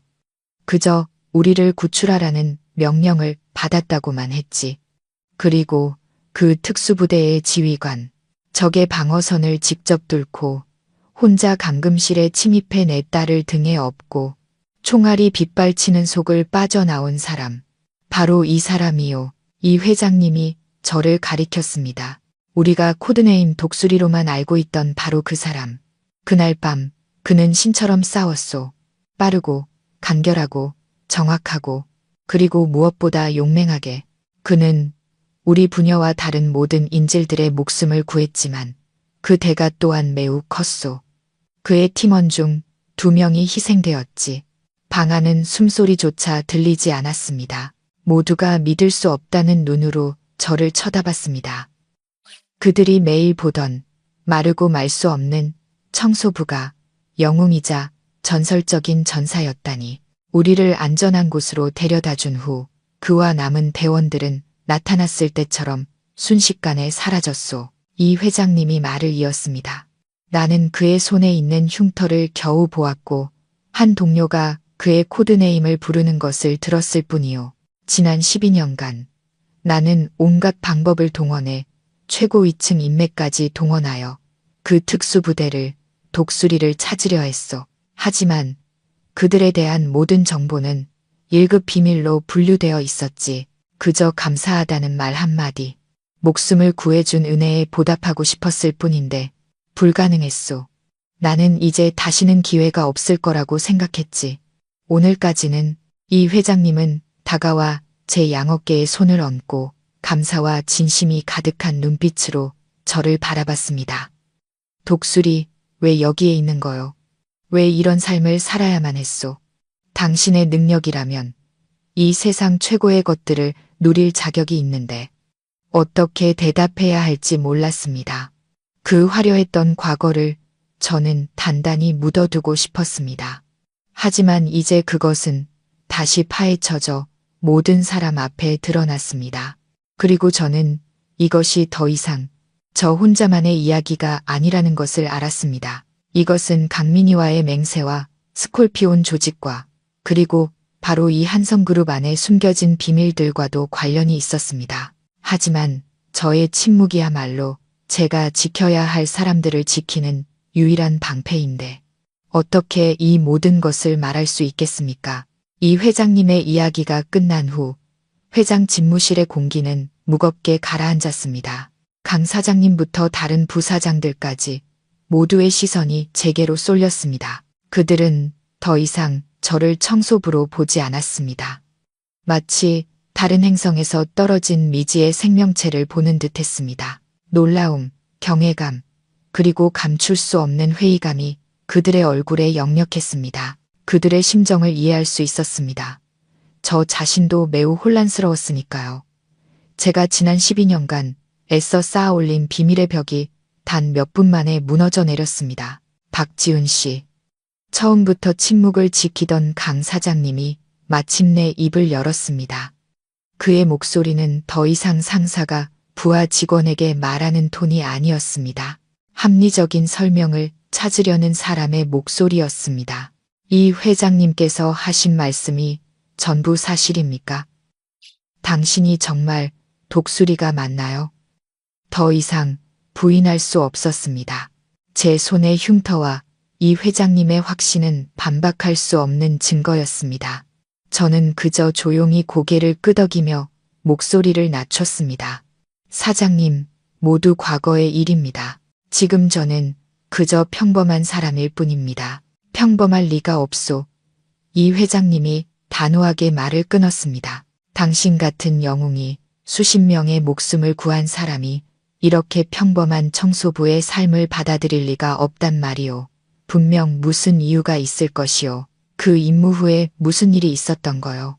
왜 군을 떠나야만 했소? 이 회장님의 질문은 제 마음속 가장 깊은 상처를 정면으로 찔렀습니다.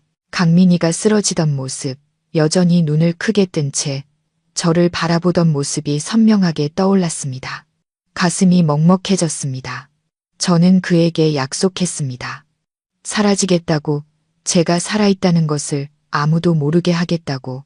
하지만 지금 제 침묵을 본 강 사장님은 방 안에 다른 사람들에게 신호를 보냈습니다. 다들 먼저 나가 계시오. 나는 박지훈 씨, 그리고 이 회장님과 따로 할 이야기가 있어. 방 안에 3사람만 남게 되자 강 사장님은 문을 잠갔습니다. 그는 저를 바라봤습니다. 그의 눈빛은 더 이상 사장의 호기심이 아니었습니다. 늙은 군인이 젊은 군인을 바라보는 눈빛이었습니다. 지훈아, 나는 내 아버지를 안다. 그는 위대한 군인이었고 나는 그의 아들이 결코 평범한 사람이 아닐 거라는 걸 안다. 내게 사실을 말해다오. 너의 마지막 임무와 관련이 있는 것이냐. 강 사장님의 눈빛에 담긴 이해심과 그가 제 아버지를 언급하는 방식이 제 안의 가장 약한 부분을 건드렸습니다. 저는 더 이상 그에게 숨길 수 없다는 것을 알았습니다.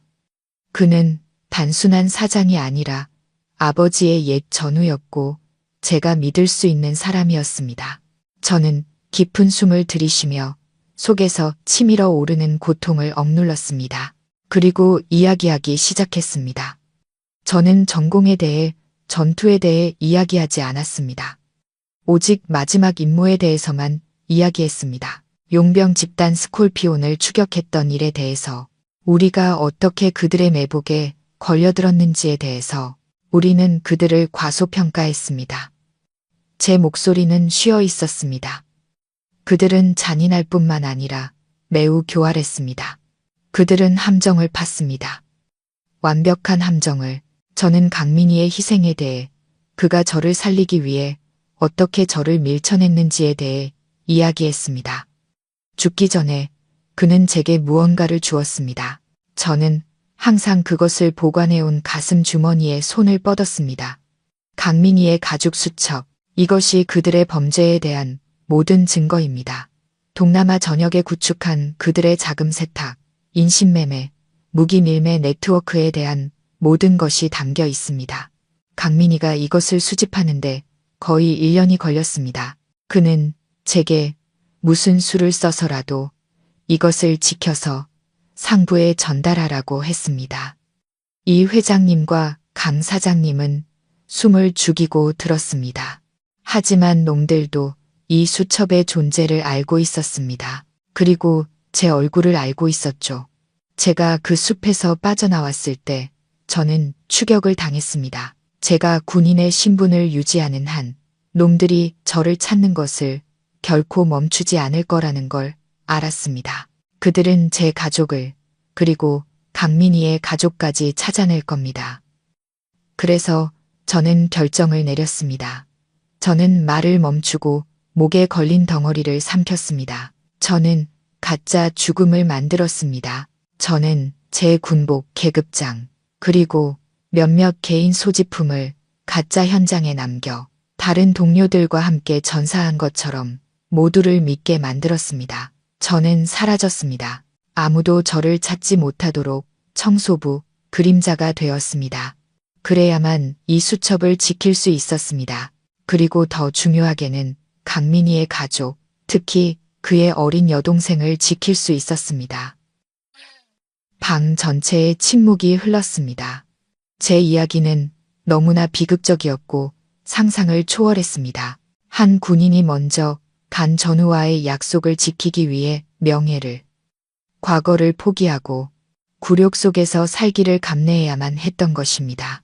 강 사장님은 일어나 방 안을 서성였습니다. 그의 얼굴은 굳어 있었습니다. 개자식들, 쓰레기 같은 놈들, 그가 이를 갈았습니다. 그래서 그랬구나. 어쩐지 그 임무에 대한 모든 정보가 삭제되었더라니. 상부에서는 훈련 중 사고였다고만 발표했었지. 하지만 지훈아, 이 회장님이 걱정스러운 목소리로 말했습니다. 그렇게 사는 건 너무 위험해. 놈들은 쉽게 포기할 놈들이 아니야. 만약 놈들이 네가 살아있다는 걸 알게 되면 이미 알고 있습니다. 제가 말을 끊었습니다. 두 사람은 믿을 수 없다는 눈으로 저를 쳐다봤습니다. 저는 그들에게 지난 1년간 한성그룹에서 제가 관찰했던 것들에 대해 이야기했습니다. 정갈 문신을 한 경비원에 대해, 그의 수상한 행동에 대해, 그리고 천안민준의 연루에 대해서. 놈들은 저를 찾아냈을 뿐만 아니라 제 목소리는 차가워졌습니다. 여기에 사람을 심었습니다. 그들은 한성그룹을 자신들의 네트워크 일부로 만들고 있습니다. 그리고 저는 오늘 이 회장님의 방문이 우연이 아니라 그들의 목표라고 믿습니다. 또 다른 끔찍한 진실이 드러났습니다. 과거의 비극적인 이야기일 뿐만 아니라 바로 한성그룹의 지붕 아래에서 벌어지고 있는 현재의 위협이었습니다. 강 사장님은 의자에 주저앉았습니다. 그의 얼굴은 창백해졌습니다. 그는 평생을 바쳐 일군 회사의 독사가 둥지를 틀고 있을 줄은 상상도 못했습니다. 김민준, 그가 중얼거렸습니다. 그 어리석은 놈이 무슨 짓을 한 거야. 지금은 책망할 때가 아닙니다. 제가 단호하게 말했습니다. 행동해야 합니다. 더 늦기 전에. 제가 40층 회의실의 환기 시스템은 무력화했지만 그건 임시 방편일 뿐입니다. 놈들은 분명 곧 다른 계획을 세울 겁니다. 저는 이 회장님을 그리고 강 사장님을 바라봤습니다. 과거는 드러났고 위협은 명확해졌습니다. 이제 저는 더 이상 외로운 청소부가 아니었습니다. 제게는 이 마지막 전투에서 저를 도울 충분한 힘을 가진 동맹이 생겼습니다. 하지만 우리가 다음 단계를 논의하고 있을 때 갑자기 건물 전체에 화재 경보가 요란하게 울려 퍼졌습니다. 그리고 곧이어 모든 전기가 나가면서 모든 것이 어둠에 잠겼습니다. 한성그룹 건물을 뒤덮었던 어둠과 혼란은 잠시뿐이었습니다. 비상발전 시스템과 그룹의 전문 보안팀이 신속하게 상황을 통제했습니다. 화재는 없었습니다. 그것은 환기구 공격 계획이 실패하자 스콜피온 조직이 탈출하기 위해 벌인 교란 작전일 뿐이었습니다. 조반장과 몇몇 공범들은 흔적도 없이 사라졌습니다. 기자회견과 계약 체결식은 취소되었습니다. 이 회장님과 대표단은 삼엄한 경호 아래 안전한 곳으로 이동했습니다. 그날 한성그룹은 충격에 휩싸였습니다. 하지만 가장 큰 충격은 고위급 회의실이 아닌 저희 가족의 작은 아파트에서 일어났습니다. 제가 늦은 오후에 집으로 돌아왔을 때 공기는 무섭도록 조용했습니다. 장모님인 최 여사님은 소파에 넋이 나간 얼굴로 앉아 있었고 서연은 불안한 표정으로 거실을 서성이고 있었습니다. 제가 들어서는 것을 보고 두 사람은 깜짝 놀라며 완전히 다른 눈빛으로 저를 쳐다봤습니다. 더 이상 경멸도 잔소리도 없었습니다. 대신 경계심과 두려움, 그리고 감출 수 없는 호기심이 가득했습니다. 당신 돌아왔군요. 서연이 먼저 말을 꺼냈습니다. 그녀의 목소리는 평소의 날카로움 없이 머뭇거렸습니다. 저는 대답하지 않고 조용히 신발을 벗고 안으로 들어갔습니다. 기진맥진했습니다. 하루 종일 너무나 많은 사건을 겪은 탓에 그저 조용히 쉬고 싶었습니다. 박서방, 이리 와서 앉게. 엄마가 물어볼 게 있어서. 최 여사님이 떨리는 목소리로 말했습니다. 그녀는 심지어 소파에서 자리를 비켜주기까지 했습니다. 지난 12년간 단 한 번도 없었던 행동이었습니다. 저는 앉지 않았습니다. 그저 벽에 기댄 채 팔짱을 끼고 그들을 바라봤습니다. 무슨 일이시죠, 어머님? 회사에서 오늘 있었던 일 말이야. 그게 어떻게 된 거니? 최 여사님이 더듬거렸습니다. 사람들이 온통 그 얘기뿐이야. 다들 네가 영웅이라고 이 회장님을 구했다고 하던데 그게 사실이니? 뉴스를 보시면 아실 겁니다. 저는 퉁명스럽게 대답했습니다. 설명할 기분이 아니었습니다. 하지만 왜? 서연이 다가섰습니다. 그녀의 눈은 당혹감으로 가득 차 있었습니다. 왜 나한테 숨겼어요? 지난 12년 동안 왜 청소부로 사는 걸 감수했어요? 왜 나랑 우리 가족이 당신을 그렇게 대하도록 내버려 뒀냐고요? 약속했으니까.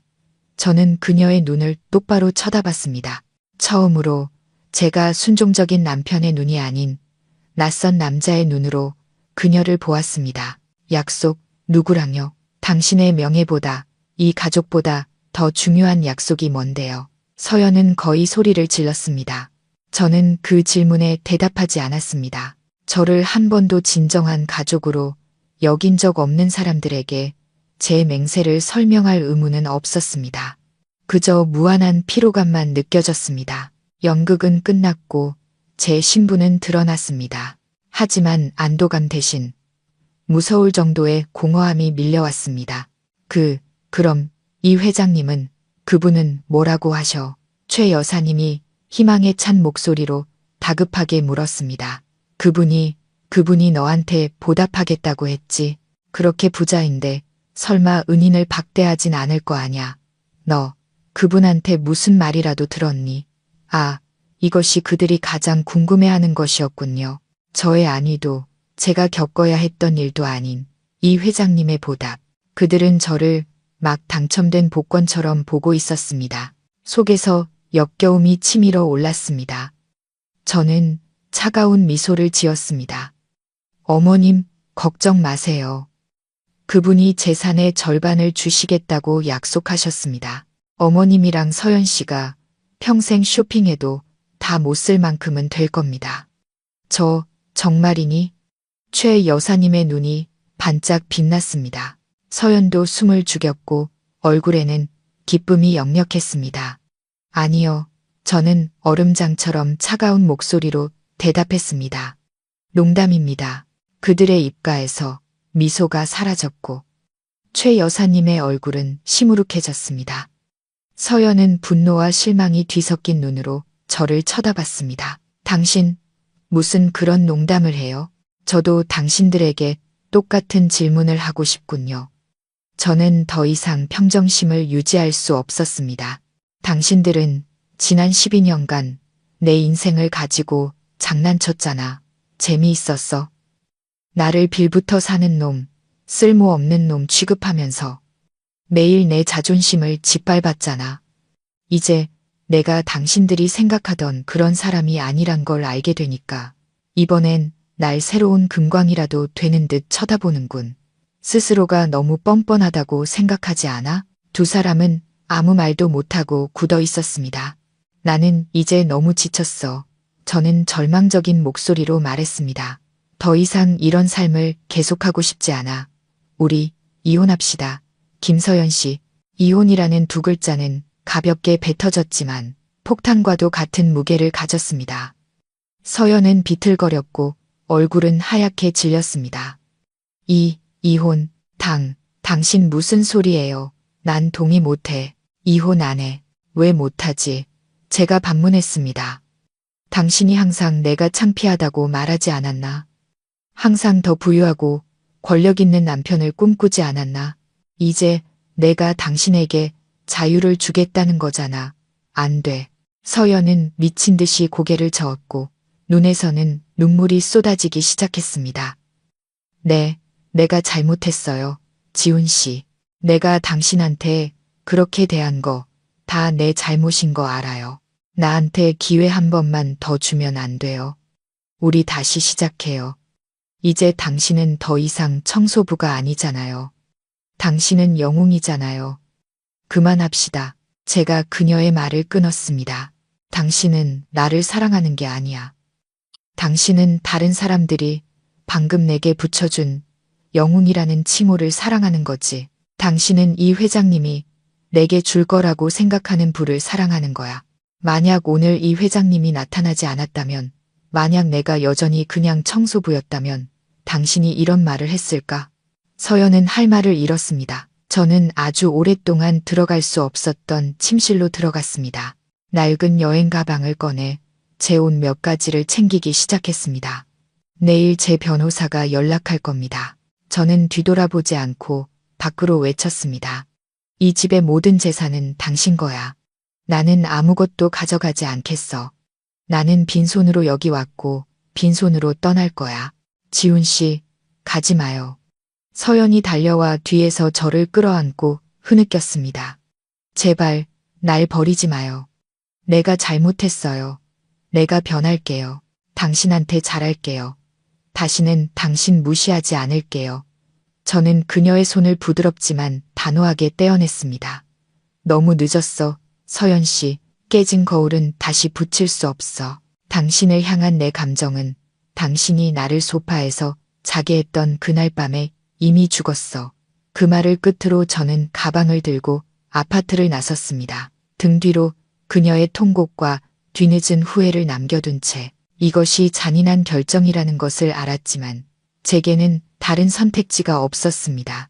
사랑이 지위와 돈으로 측정되는 거짓 속에서 더 이상 살 수 없었습니다. 저는 제 자신을 되찾고 강민희와의 마지막 약속을 완수하기 위해 떠나야만 했습니다. 스콜피온 놈들이 결코 포기하지 않을 것이고 진짜 전투는 아직 끝나지 않았다는 것을 알고 있었기 때문입니다. 저는 단 한 번도 뒤돌아보지 않고 그 고급 아파트를 떠났습니다. 서울의 밤은 여전히 화려한 불빛으로 빛났지만 제 마음은 텅 비고 차가웠습니다. 본가로 가지도 호텔로 가지도 않았습니다. 저는 익숙한 주소, 서울의 한적한 골목에 숨겨진 작은 무술 도장으로 차를 몰았습니다. 그곳은 군 시절 선배님의 도장이자 지난 몇 년간 제가 가끔씩 몸을 단련하고 마음의 평온을 찾기 위해 들렀던 곳이었습니다. 50대 초반의 선배님은 머리는 희끗했지만 몸은 여전히 강건했습니다. 그는 제게 아무것도 묻지 않았습니다. 그저 조용히 따뜻한 차 한 잔을 내어주며 말했습니다. 내 방은 위층에 그대로 있어 얼마든지 있다가 가. 군인들의 전후에는 때로 말이 필요 없었습니다. 그 후 며칠간 저는 외부 세계와의 모든 연락을 거의 끊었습니다. 전화기를 끄고 신문도 인터넷도 보지 않았습니다. 오직 권법, 대련, 혹독한 체력 훈련에만 모든 시간을 쏟았습니다.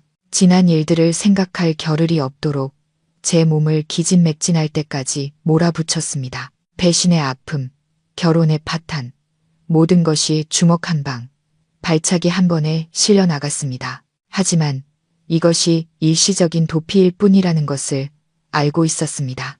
정확히 일주일 후 선배님이 제게 새 전화기와 편지 한 통을 가져다 주었습니다. 한성그룹 강 사장 사람이 와서 전해주고 갔어. 아주 급한 일이라 내가 꼭 알아야 한다고 하더군.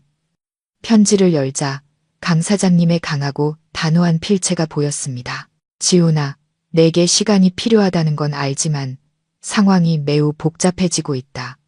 놈들이 움직이기 시작했어. 민준이가 사라졌다. 가능한 한 빨리 내게 전화해다오. 민준이가 사라졌다. 심장이 뱉는 것 같았습니다. 그가 아무리 미웠어도 그는 제 처남이었고 서연이의 유일한 가족이었습니다. 그리고 더 중요하게는 그는 스콜피온이 정보를 캐낼 수 있는 가장 약한 고리였습니다. 저는 즉시 새 전화기로 강 사장님께 전화했습니다.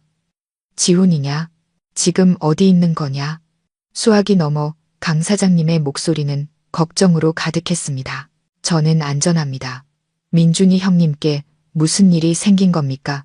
제가 바로 물었습니다. 사라진 지 이틀 됐어. 강 사장님이 한숨을 쉬었습니다. 회사에서 그 일이 터진 날 이후로 넋이 나간 사람 같았지. 방에 틀어박혀 아무도 만나지 않다가 이틀 전에 유서 한 장 남기고 사라졌어. 경찰이 수사에 나섰지만 아직 흔적을 찾지 못했어. 유서라고? 아니, 민주는 거만하고 살기 좋아하는 인간이었습니다. 그는 절대 자살할 사람이 아니었습니다. 이건 연극이었습니다. 스콜피온 놈들이 손을 쓴 것입니다. 그들이 그를 납치한 겁니다. 유서에는 뭐라고 쓰여 있었습니까? 모든 걸 자백했어. 강 사장님의 목소리가 낮아졌습니다. 돈에 눈이 멀어 정체 모를 집단과 손잡고 회사 기밀 정보를 거액의 수수료를 받고 넘겼다고 인정했더군. 후회하며 속죄하기 위해 스스로 목숨을 끊겠다고 쓰여 있었어. 수가 너무 높군요. 제가 이를 갈았습니다. 놈들이 그에게 유서를 쓰도록 강요해서 가짜 죽음을 만들고 모든 연결고리를 끊으려 한 겁니다. 그를 유일한 죄인으로 만든 다음 입을 막기 위해 영원히 처리하려는 속셈입니다. 나도 그렇게 생각하네. 강 사장님이 동의했습니다. 그리고 한 가지 더. 오늘 아침 내 집에 누군가 침입했었어. 온몸이 차가워졌습니다. 서연 씨는요? 괜찮습니까? 괜찮아. 다행히 네가 떠난 날 너무 무서워서 내게 연락을 했었더군. 내가 우리 사람들을 보내 24시간 지키게 했어. 놈들이 한밤중에 침입했는데 아마 너나 그 수첩을 찾으려던 것 같아. 하지만 우리 사람들에게 발각되자 도망쳤어. 안도의 한숨을 내쉬었지만 곧이어 분노가 치밀어 올랐습니다. 놈들이 감히 제 가족을 건드렸습니다. 선을 넘은 것입니다. 사장님, 제 목소리는 얼음장처럼 차가워졌습니다. 더 이상 앉아 있을 수 없습니다. 제가 민준이 형님을 찾고 이 일을 끝내야겠습니다. 내가 너에게 전화한 것도 그 때문이야. 경찰만 믿고 있을 수는 없어. 놈들은 매우 전문적인 국제 범죄자들이야. 우리가 직접 움직여야 해. 이 회장님도 필요한 모든 자원을 지원하겠다고 동의했어. 전화가 끊기고 저는 일어섰습니다. 몸에 마비된 감각은 완전히 사라졌고 대신 강철 같은 결심이 섰습니다. 전투는 정말로 시작되었고 이번에는 저 혼자 싸우지 않을 것입니다. 하지만 민준을 어떻게 찾을까? 스콜피온 놈들이 그를 찾기 쉬운 곳에 가둬둘 리 없었습니다. 그들은 은밀하고 안전하며 쉽게 처리하고 증거를 인멸할 수 있는 곳을 선택했을 겁니다. 저는 제가 아는 놈들에 대한 모든 정보를 되짚으며 머리를 최대한 굴렸습니다. 문신, 조 반장, 수상한 남자들, 그리고 민준이 협력했던 유령 회사들까지. 그렇다, 유령 회사들. 그것이 바로 열쇠였습니다. 저는 즉시 강 사장님께 다시 전화했습니다. 사장님, 민준이 형님이 지난 6개월간 계약한 회사들의 이력을 즉시 조사해 주십시오. 특히 주소가 불분명하거나 대표가 외국인인 회사들을 중점적으로요. 알았다. 바로 사람 시키지. 정보를 기다리는 동안 저는 가만히 있지 않았습니다. 민준의 예전 아파트로 돌아갔습니다. 아파트는 봉쇄되어 있었지만 강 사장님 사람들의 도움으로 들어갈 수 있었습니다. 민준이 남겼을지도 모를 아주 작은 단서라도 찾아야 했습니다. 저는 그의 서재, 침실, 그리고 가장 은밀한 곳까지 샅샅이 뒤졌습니다. 그리고 마침내 책장에 꽂힌 두꺼운 경제학 책 속에서 작은 종이 조각 하나가 떨어졌습니다. 거기에는 숫자와 몇 개의 휘갈겨 쓴 글자만 적혀 있었습니다. 인천항 A7 창고, 스콜피온. 심장이 맺는 것 같았습니다. 인천항 A7 창고. 그곳은 강가에 위치한 복잡한 낡은 창고 구역으로 사람을 감금하고 수로를 통해 쉽게 탈출하기에 완벽한 장소였습니다. 그리고 스콜피온이라는 글자. 민주는 그들의 이름을 알고 있었습니다. 그는 아마도 공황 상태에서 혹은 마지막 구조 요청으로 이 단서를 남겼을 겁니다. 바로 그때 전화가 울렸습니다. 강 사장님이었습니다. 지훈아, 찾았다. 블랙 스콜피온이라는 물류회사가 있더군. 대표는 외국인이고 이 회사가 인천항 구역에 아주 큰 창고를 임대했는데 바로 A7 창고야. 하지만 혼자 움직이지 마라. 놈들은 아주 위험해. 기다려라. 사장님, 제가 말을 끊었습니다. 목소리에는 조금의 망설임도 없었습니다. 기다릴 시간이 없습니다. 제가 지금 바로 가야 합니다. 이것이 함정일 수도 있다는 것을 알았습니다. 놈들이 거기서 저를 기다리고 있을 수도 있었습니다. 하지만 민주는 그들 손에 있었고 그는 이 조직 전체를 무너뜨릴 유일한 단서였습니다. 그를 죽게 내버려 둘 수는 없었습니다. 군인의 맹세는 그가 제가 한때 증오했던 사람일지라도 누구도 버리고 가는 것을 허락하지 않았습니다. A7 창고에 혼자 갈 수는 없었습니다. 그것은 자살행위였습니다. 스콜피오는 풋내기들이 아니었습니다. 그들은 늙은 여우들이었고 A7 창고는 분명 함정으로 가득한 그들의 소굴일 것입니다. 계획이 필요했습니다. 민준을 구출할 뿐만 아니라 놈들까지 일망타진할 더 큰 함정이. 저는 즉시 이 회장님께 전화했습니다. 그는 이 회장님 측 사람들과 정의 경찰력의 보호 아래 안전한 호텔에 있었습니다. 제가 모든 상황과 제 계획을 설명하자 그는 조금의 망설임도 없었습니다. 독수리, 필요한 게 있으면 뭐든지 말하시오. 사람, 장비, 차량, 내가 전부 제공하겠소. 이번에는 놈들을 놓치지 맙시다. 저는 강 사장님께도 전화해 H1 창고의 단서에 대해 알리고 매우 중요한 한 가지를 부탁했습니다. 사장님, 즉시 경찰에 연락해 주십시오. 하지만 H1 창고를 포위하라는 것이 아닙니다. 최소 3km 밖에서 외부 포위망을 형성하고 모든 육로와 수로를 차단하되 절대 들키지 말라고 자극하지 말라고 요청해 주십시오. 제가 안으로 들어갈 시간이 필요합니다. 하지만 그건 너무 위험해. 지훈아, 강 사장님이 반대했습니다. 너 혼자서는 혼자가 아닙니다. 제가 말을 끊었습니다. 이 회장님의 지원이 있고 제게는 계획이 있습니다. 저를 믿어주십시오. 제 계획은 단순했지만 매우 대담했습니다. 저는 침투하지 않을 것입니다. 스스로 잡혀 들어갈 것입니다. 그날 밤 평범한 화물차처럼 보이는 작은 트럭 한 대가 H1 창고에서 약 1km 떨어진 한적한 길에 멈췄습니다. 차 안에는 저 외에 이 회장님의 정예 경호팀이 타고 있었습니다. 전원 전직 미 해군 특수부대 출신인 5명이었습니다. 그들은 최첨단 장비, 소음기 장착 소총, 야간 투시경, 열 감지기, 그리고 전자교란 장치까지 갖추고 있었습니다. 저는 그들을, 그리고 거울에 비친 제 자신을 보았습니다. 저는 평상복을 벗고 몸에 딱 붙는 검은색 작전복을 입고 있었습니다. 이 감각은 12년 만이었습니다. 낯설면서도 익숙했습니다. 계획은 명확합니다. 저는 그들에게 영어로 말했습니다. 나 혼자 안으로 들어갑니다. 당신들의 임무는 외부의 카메라와 보안 시스템을 무력화하고 내가 들어갈 길을 확보하는 것입니다. 내가 안으로 들어가 인질의 위치를 확인하면 신호를 보내겠습니다. 그때 함께 움직이는 겁니다. 알겠습니까? 알겠다.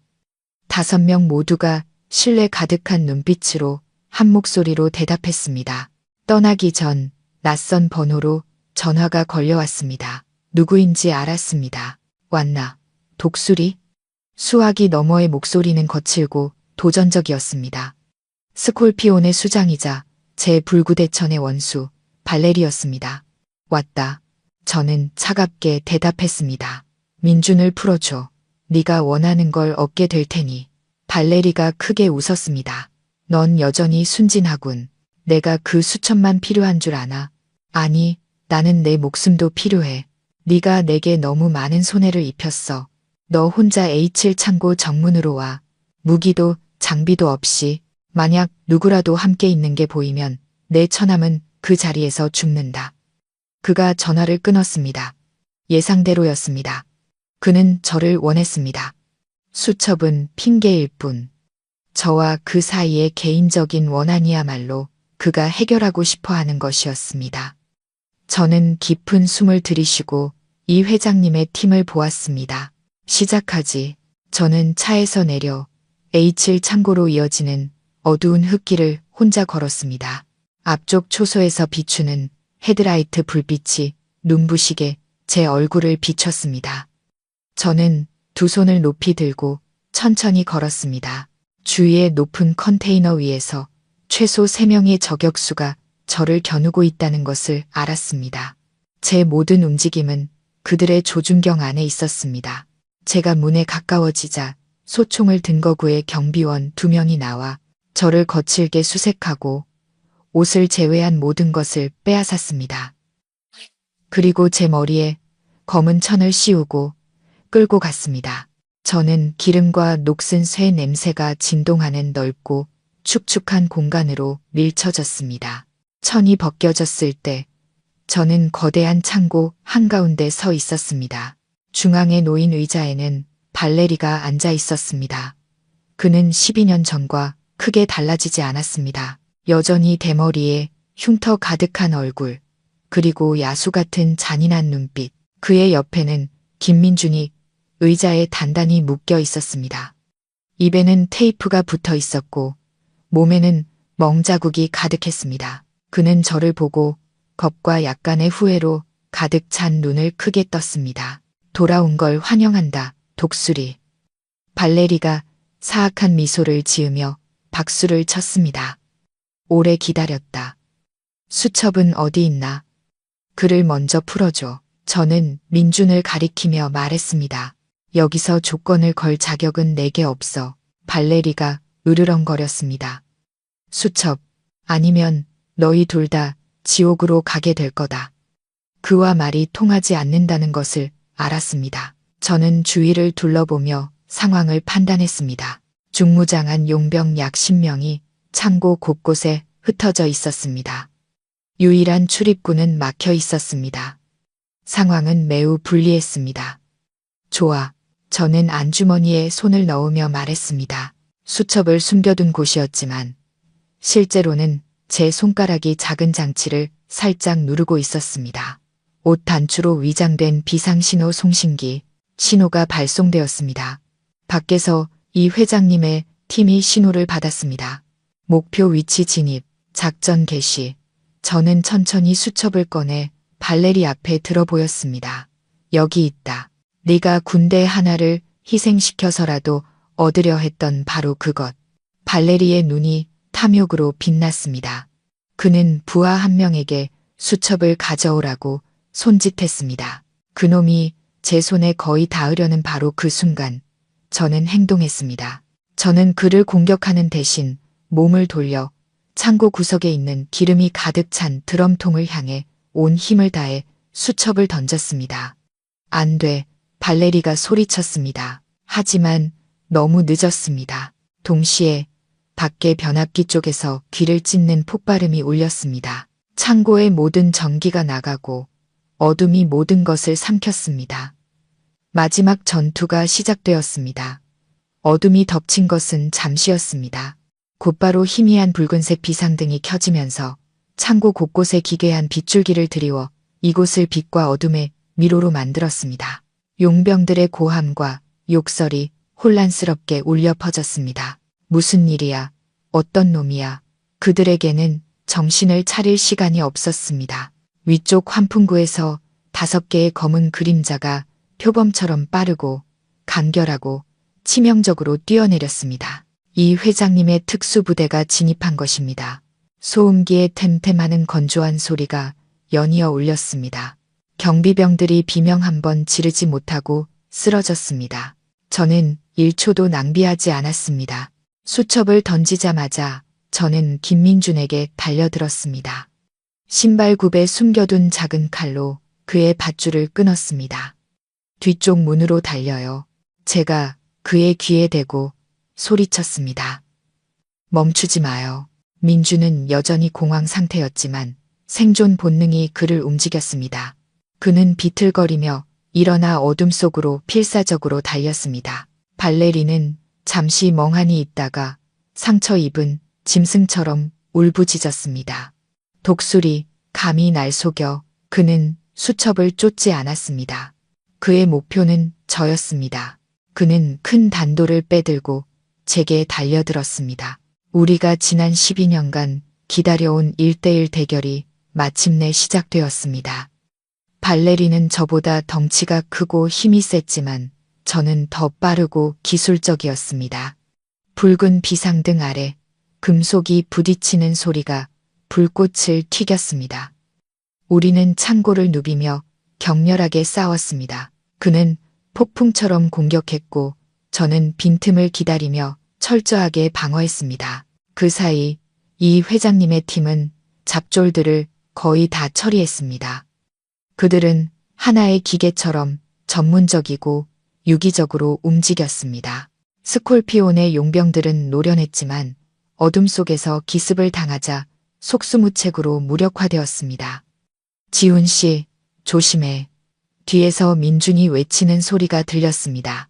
힐끗 보니 이 회장님의 팀이 놓친 용병 하나가 저를 향해 총을 겨누고 있었습니다. 하지만 저는 정신을 분산시킬 수 없었습니다. 한순간이라도 방심하면 발레리의 칼이 제 심장에 박힐 테니까요. 탕, 귀청이 터질 듯한 총성이 울렸습니다. 하지만 그 용병 쪽이 아니라 민준 쪽에서였습니다. 그는 쓰러진 용병에 총을 주어 아마도 운 좋게 저를 겨누던 놈의 손을 맞춘 것입니다. 총이 바닥에 떨어졌고 용병은 손을 부여잡고 쓰러졌습니다. 저는 순간 굳었습니다. 민준이 저를 구했습니다. 바로 그 방심의 순간이 빈틈을 만들었습니다. 발레리는 그 기회를 놓치지 않았습니다. 그는 달려들어 손에 든 칼로 위험한 홀을 그렸습니다. 저는 급히 뒤로 물러섰지만 너무 늦었습니다. 날카로운 칼날이 제 팔뚝을 스쳐 깊은 상처를 냈습니다. 피가 솟구쳤고 찌르는 듯한 고통이 팔 전체로 퍼졌습니다. 네가 졌다, 독수리. 발레리가 마지막 일격을 가하려 으르렁거렸습니다. 하지만 그는 한 가지를 잊고 있었습니다. 특수부대원은 결코 힘으로만 싸우지 않는다는 것을. 저는 이를 악물고 고통을 참으며 상처 입은 팔을 미끼로 썼습니다. 그가 달려들 때 저는 더 이상 물러서지 않고 오히려 앞으로 나아가 몸을 돌려 남은 팔의 팔꿈치로 그의 관자놀이를 강하게 가격했습니다. 예상치 못한 기습 공격. 발레리가 비틀거리는 틈을 타 저는 그의 다리를 걸어 넘어뜨렸습니다. 칼이 그의 손에서 튕겨 나갔습니다. 저는 달려들어 그를 바닥에 제압했습니다. 끝났다, 발레리. 바로 그때 창고의 불이 환하게 켜지고 경찰이 들이닥쳤습니다. 수십 개의 총구가 우리를 겨눴습니다. 전투는 정말로 끝났습니다.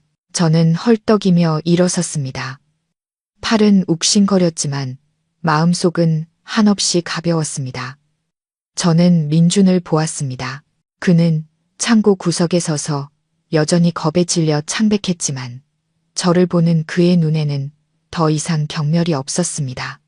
오직 경외와 후회만이 남아 있었습니다. 저는 기름통 쪽으로 걸어가 강민희의 수첩을 주었습니다. 그것은 온전했습니다. 저는 낡은 가죽 커버를 가만히 쓸었습니다. 끝났다, 강민아. 내와의 약속, 내가 지켰다. 창고를 나와 신선한 밤 공기를 들이마셨을 때 이 회장님과 강 사장님이 기다리고 있는 것을 보았습니다. 그들은 걱정스러운 얼굴로 달려왔습니다. 지훈아, 괜찮으냐? 괜찮습니다. 저는 미소 지었습니다.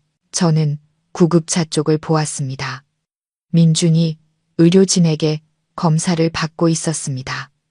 그도 저를 보았습니다. 우리는 아무 말도 하지 않았지만 우리 사이에 무언가가 영원히 변했다는 것을 알았습니다. 하지만 그 변화가 이미 깨져버린 결혼을 되돌리기에 충분할까? 그리고 이 전투가 끝난 후 어떤 길이 저를 기다리고 있을까? A7 창고 습격은 대대적인 성공으로 끝났습니다. 국내 스콜피온 조직 전체가 일망타진되었습니다. 발레리와 핵심 간부들은 체포되었습니다. 강민희의 수첩과 그들의 자백을 통해 수사기관은 거대한 초국가적 범죄 네트워크를 소탕하고 그들이 수년간 저질러온 수많은 자금 세탁 및 밀수 사건을 해결했습니다. 정의는 마침내 실현되었고 강민희와 희생된 전우들의 피해의 빚도 마침내 갚았습니다. 김민준은 중요한 단서를 제공하고 죄를 뉘우친 공을 인정받아 법의 관용을 받았습니다. 그는 불법 사업 방조 혐의로 집행유예를 선고받았습니다. 한성그룹은 강 사장님의 단호한 지휘와 이 회장님의 재정적 지원 아래 신속하게 위기를 극복하고 내부를 정화하며 신뢰를 회복했습니다. 모든 것이 잠잠해진 후 저는 서연에게서 전화를 받았습니다. 그녀는 울지도 애원하지도 않았습니다. 그녀의 목소리는 차분하고 다소 지쳐 있었습니다. 지훈 씨, 우리 한번 만날 수 있을까요? 마지막으로 우리는 강변의 한 카페에서 만났습니다. 서연은 많이 야위었고 눈에는 더 이상 오만함 대신 공허함만 남아 있었습니다. 이혼 서류 제출했어요. 그녀는 이미 서명한 서류를 테이블 위에 올려놓으며 말했습니다. 용서해달라고 할 자격 없는 거 알아요. 그냥 내가 틀렸었다고. 물질적인 가치에 너무 눈이 멀어서 가장 멋진 남자가 바로 옆에 있었다는 걸 몰랐다고 말하고 싶었어요. 당신에게는 이 뒤늦은 후회가 필요 없겠지만 그래도 말해야 했어요. 저는 한때 사랑했던 그 여자를 보았습니다. 마음에는 더 이상 파문이 일지 않았습니다. 당신을 원망하지 않아, 서연 씨. 아마 우리는 그냥 서로 다른 세상에 속해 있었던 거겠지. 잘 지내. 저는 서류에 서명했습니다. 우리의 12년 결혼 생활은 그렇게 담담하게 끝났습니다. 제가 등을 돌려 걸어갈 때 그녀가 고마웠어요. 그리고 미안해요 라고 속삭이는 소리가 들렸습니다. 몇 주 후 저는 마지막 약속을 이행했습니다. 강민희의 여동생 마이라는 이름의 그 아가씨가 초등학교 교사로 일하고 있는 중부지방의 작은 마을을 찾아갔습니다. 그녀는 강민희가 항상 품고 다니던 사진 속 모습처럼 맑은 미소와 상냥한 눈빛을 가지고 있었습니다. 저는 그녀에게 오빠의 죽음에 대한 진실을 말하지 않았습니다. 그저 그녀를 돕겠다는 약속을 지키기 위해 온니의 친구라고만 했습니다. 이 회장님이 감사 표시로 제게 끈질기게 주신 막대한 재산의 일부로 저는 강민장학재단을 설립했습니다. 재단은 그의 고향에 가난하고 학업에 열의가 있는 아이들을 후원할 것입니다. 저는 또한 그 돈으로 낡은 집을 수리하고 마이가 가르치는 학교에 작은 도서관을 지어주었습니다. 저는 이 모든 일을 아무도 모르게 조용히 했습니다. 제가 떠나는 날 마이가 마을 어귀까지 저를 배웅했습니다. 지훈 선생님, 모든 것에 감사드려요. 하늘에 계신 우리 오빠도 선생님 같은 좋은 친구가 있다는 걸 알면 정말 기뻐할 거예요. 저는 그저 미소 지으며 아무 말도 하지 않았습니다. 그녀를 보니 강민희의 모습이 겹쳐 보였습니다. 저의 맹세는 마침내 온전히 이루어졌습니다. 서울로 돌아온 저는 인생의 새로운 기로에 섰습니다. 이 회장님은 제게 미국으로 와서 브이테크의 고위직을 맡아달라고 제안했습니다. 연봉은 수백만 달러에 달했습니다. 독수리, 자네의 재능과 배짱이라면 저 바깥 세상이 자네가 있을 곳이야. 그가 말했습니다. 저는 많이 생각했지만 결국 거절했습니다. 감사합니다, 회장님. 하지만 저는 아마도 이곳에 속한 것 같습니다. 제가 말했습니다. 이곳에는 제가 아직 끝내지 못한 책임들이 있습니다. 저는 강 사장님의 제안을 받아들여 한성그룹에 남기로 했습니다. 하지만 청소부로서가 아니었습니다. 저는 완전히 새로 설립된 부서인 전략보안실 실장으로 임명되었습니다. 저의 임무는 내부와 외부의 위협으로부터 그룹을 보호하는 견고한 방어 시스템을 구축하는 것이었습니다. 저는 제 기술을 사용하여 아버지의 옛 전후의 기업을 지키고 지난번과 같은 비극이 다시는 반복되지 않도록 하고 싶었습니다. 어느 날 오후 저는 도시에서 가장 높은 곳인 한성그룹 건물 옥상에 섰습니다. 세찬 바람이 불며 역동적이고 분주한 서울의 숨결을 실어왔습니다. 저는 더 이상 말없는 청소부도 무시당하는 남편도 아니었습니다. 저는 과거의 어둠을 지나 자기 자신을 되찾은 박지훈이었습니다. 앞으로의 미래가 어떨지는 알 수 없었습니다. 어쩌면 새로운 사랑을, 평범한 행복을 찾을 수도 있고, 어쩌면 계속 독신으로 살며 일에 헌신할 수도 있습니다. 하지만 그것은 더 이상 중요하지 않았습니다. 중요한 것은 제가 마음의 평화를 찾았다는 것입니다. 저는 다른 사람뿐만 아니라 제 자신을 용서하는 법을 배웠습니다. 서서히 지며 하늘 한쪽을 붉게 물들이는 수평선을 바라보며 저는 미소 지었습니다. 밤이 곧 오겠지만 저는 그 밤이 지나면 새로운 새벽이 기다리고 있다는 것을 알았습니다. 희망의 새벽, 자유의 새벽, 그리고 제가 온전히 스스로 결정할 수 있는 새로운 삶의 새벽이 좋은 삶의 새벽이, 좋은 삶의 새벽이, 좋은 삶의 새벽이, 좋은 삶의 새벽이, 좋은 삶의 새벽이, 좋은 삶의 새벽이, 좋은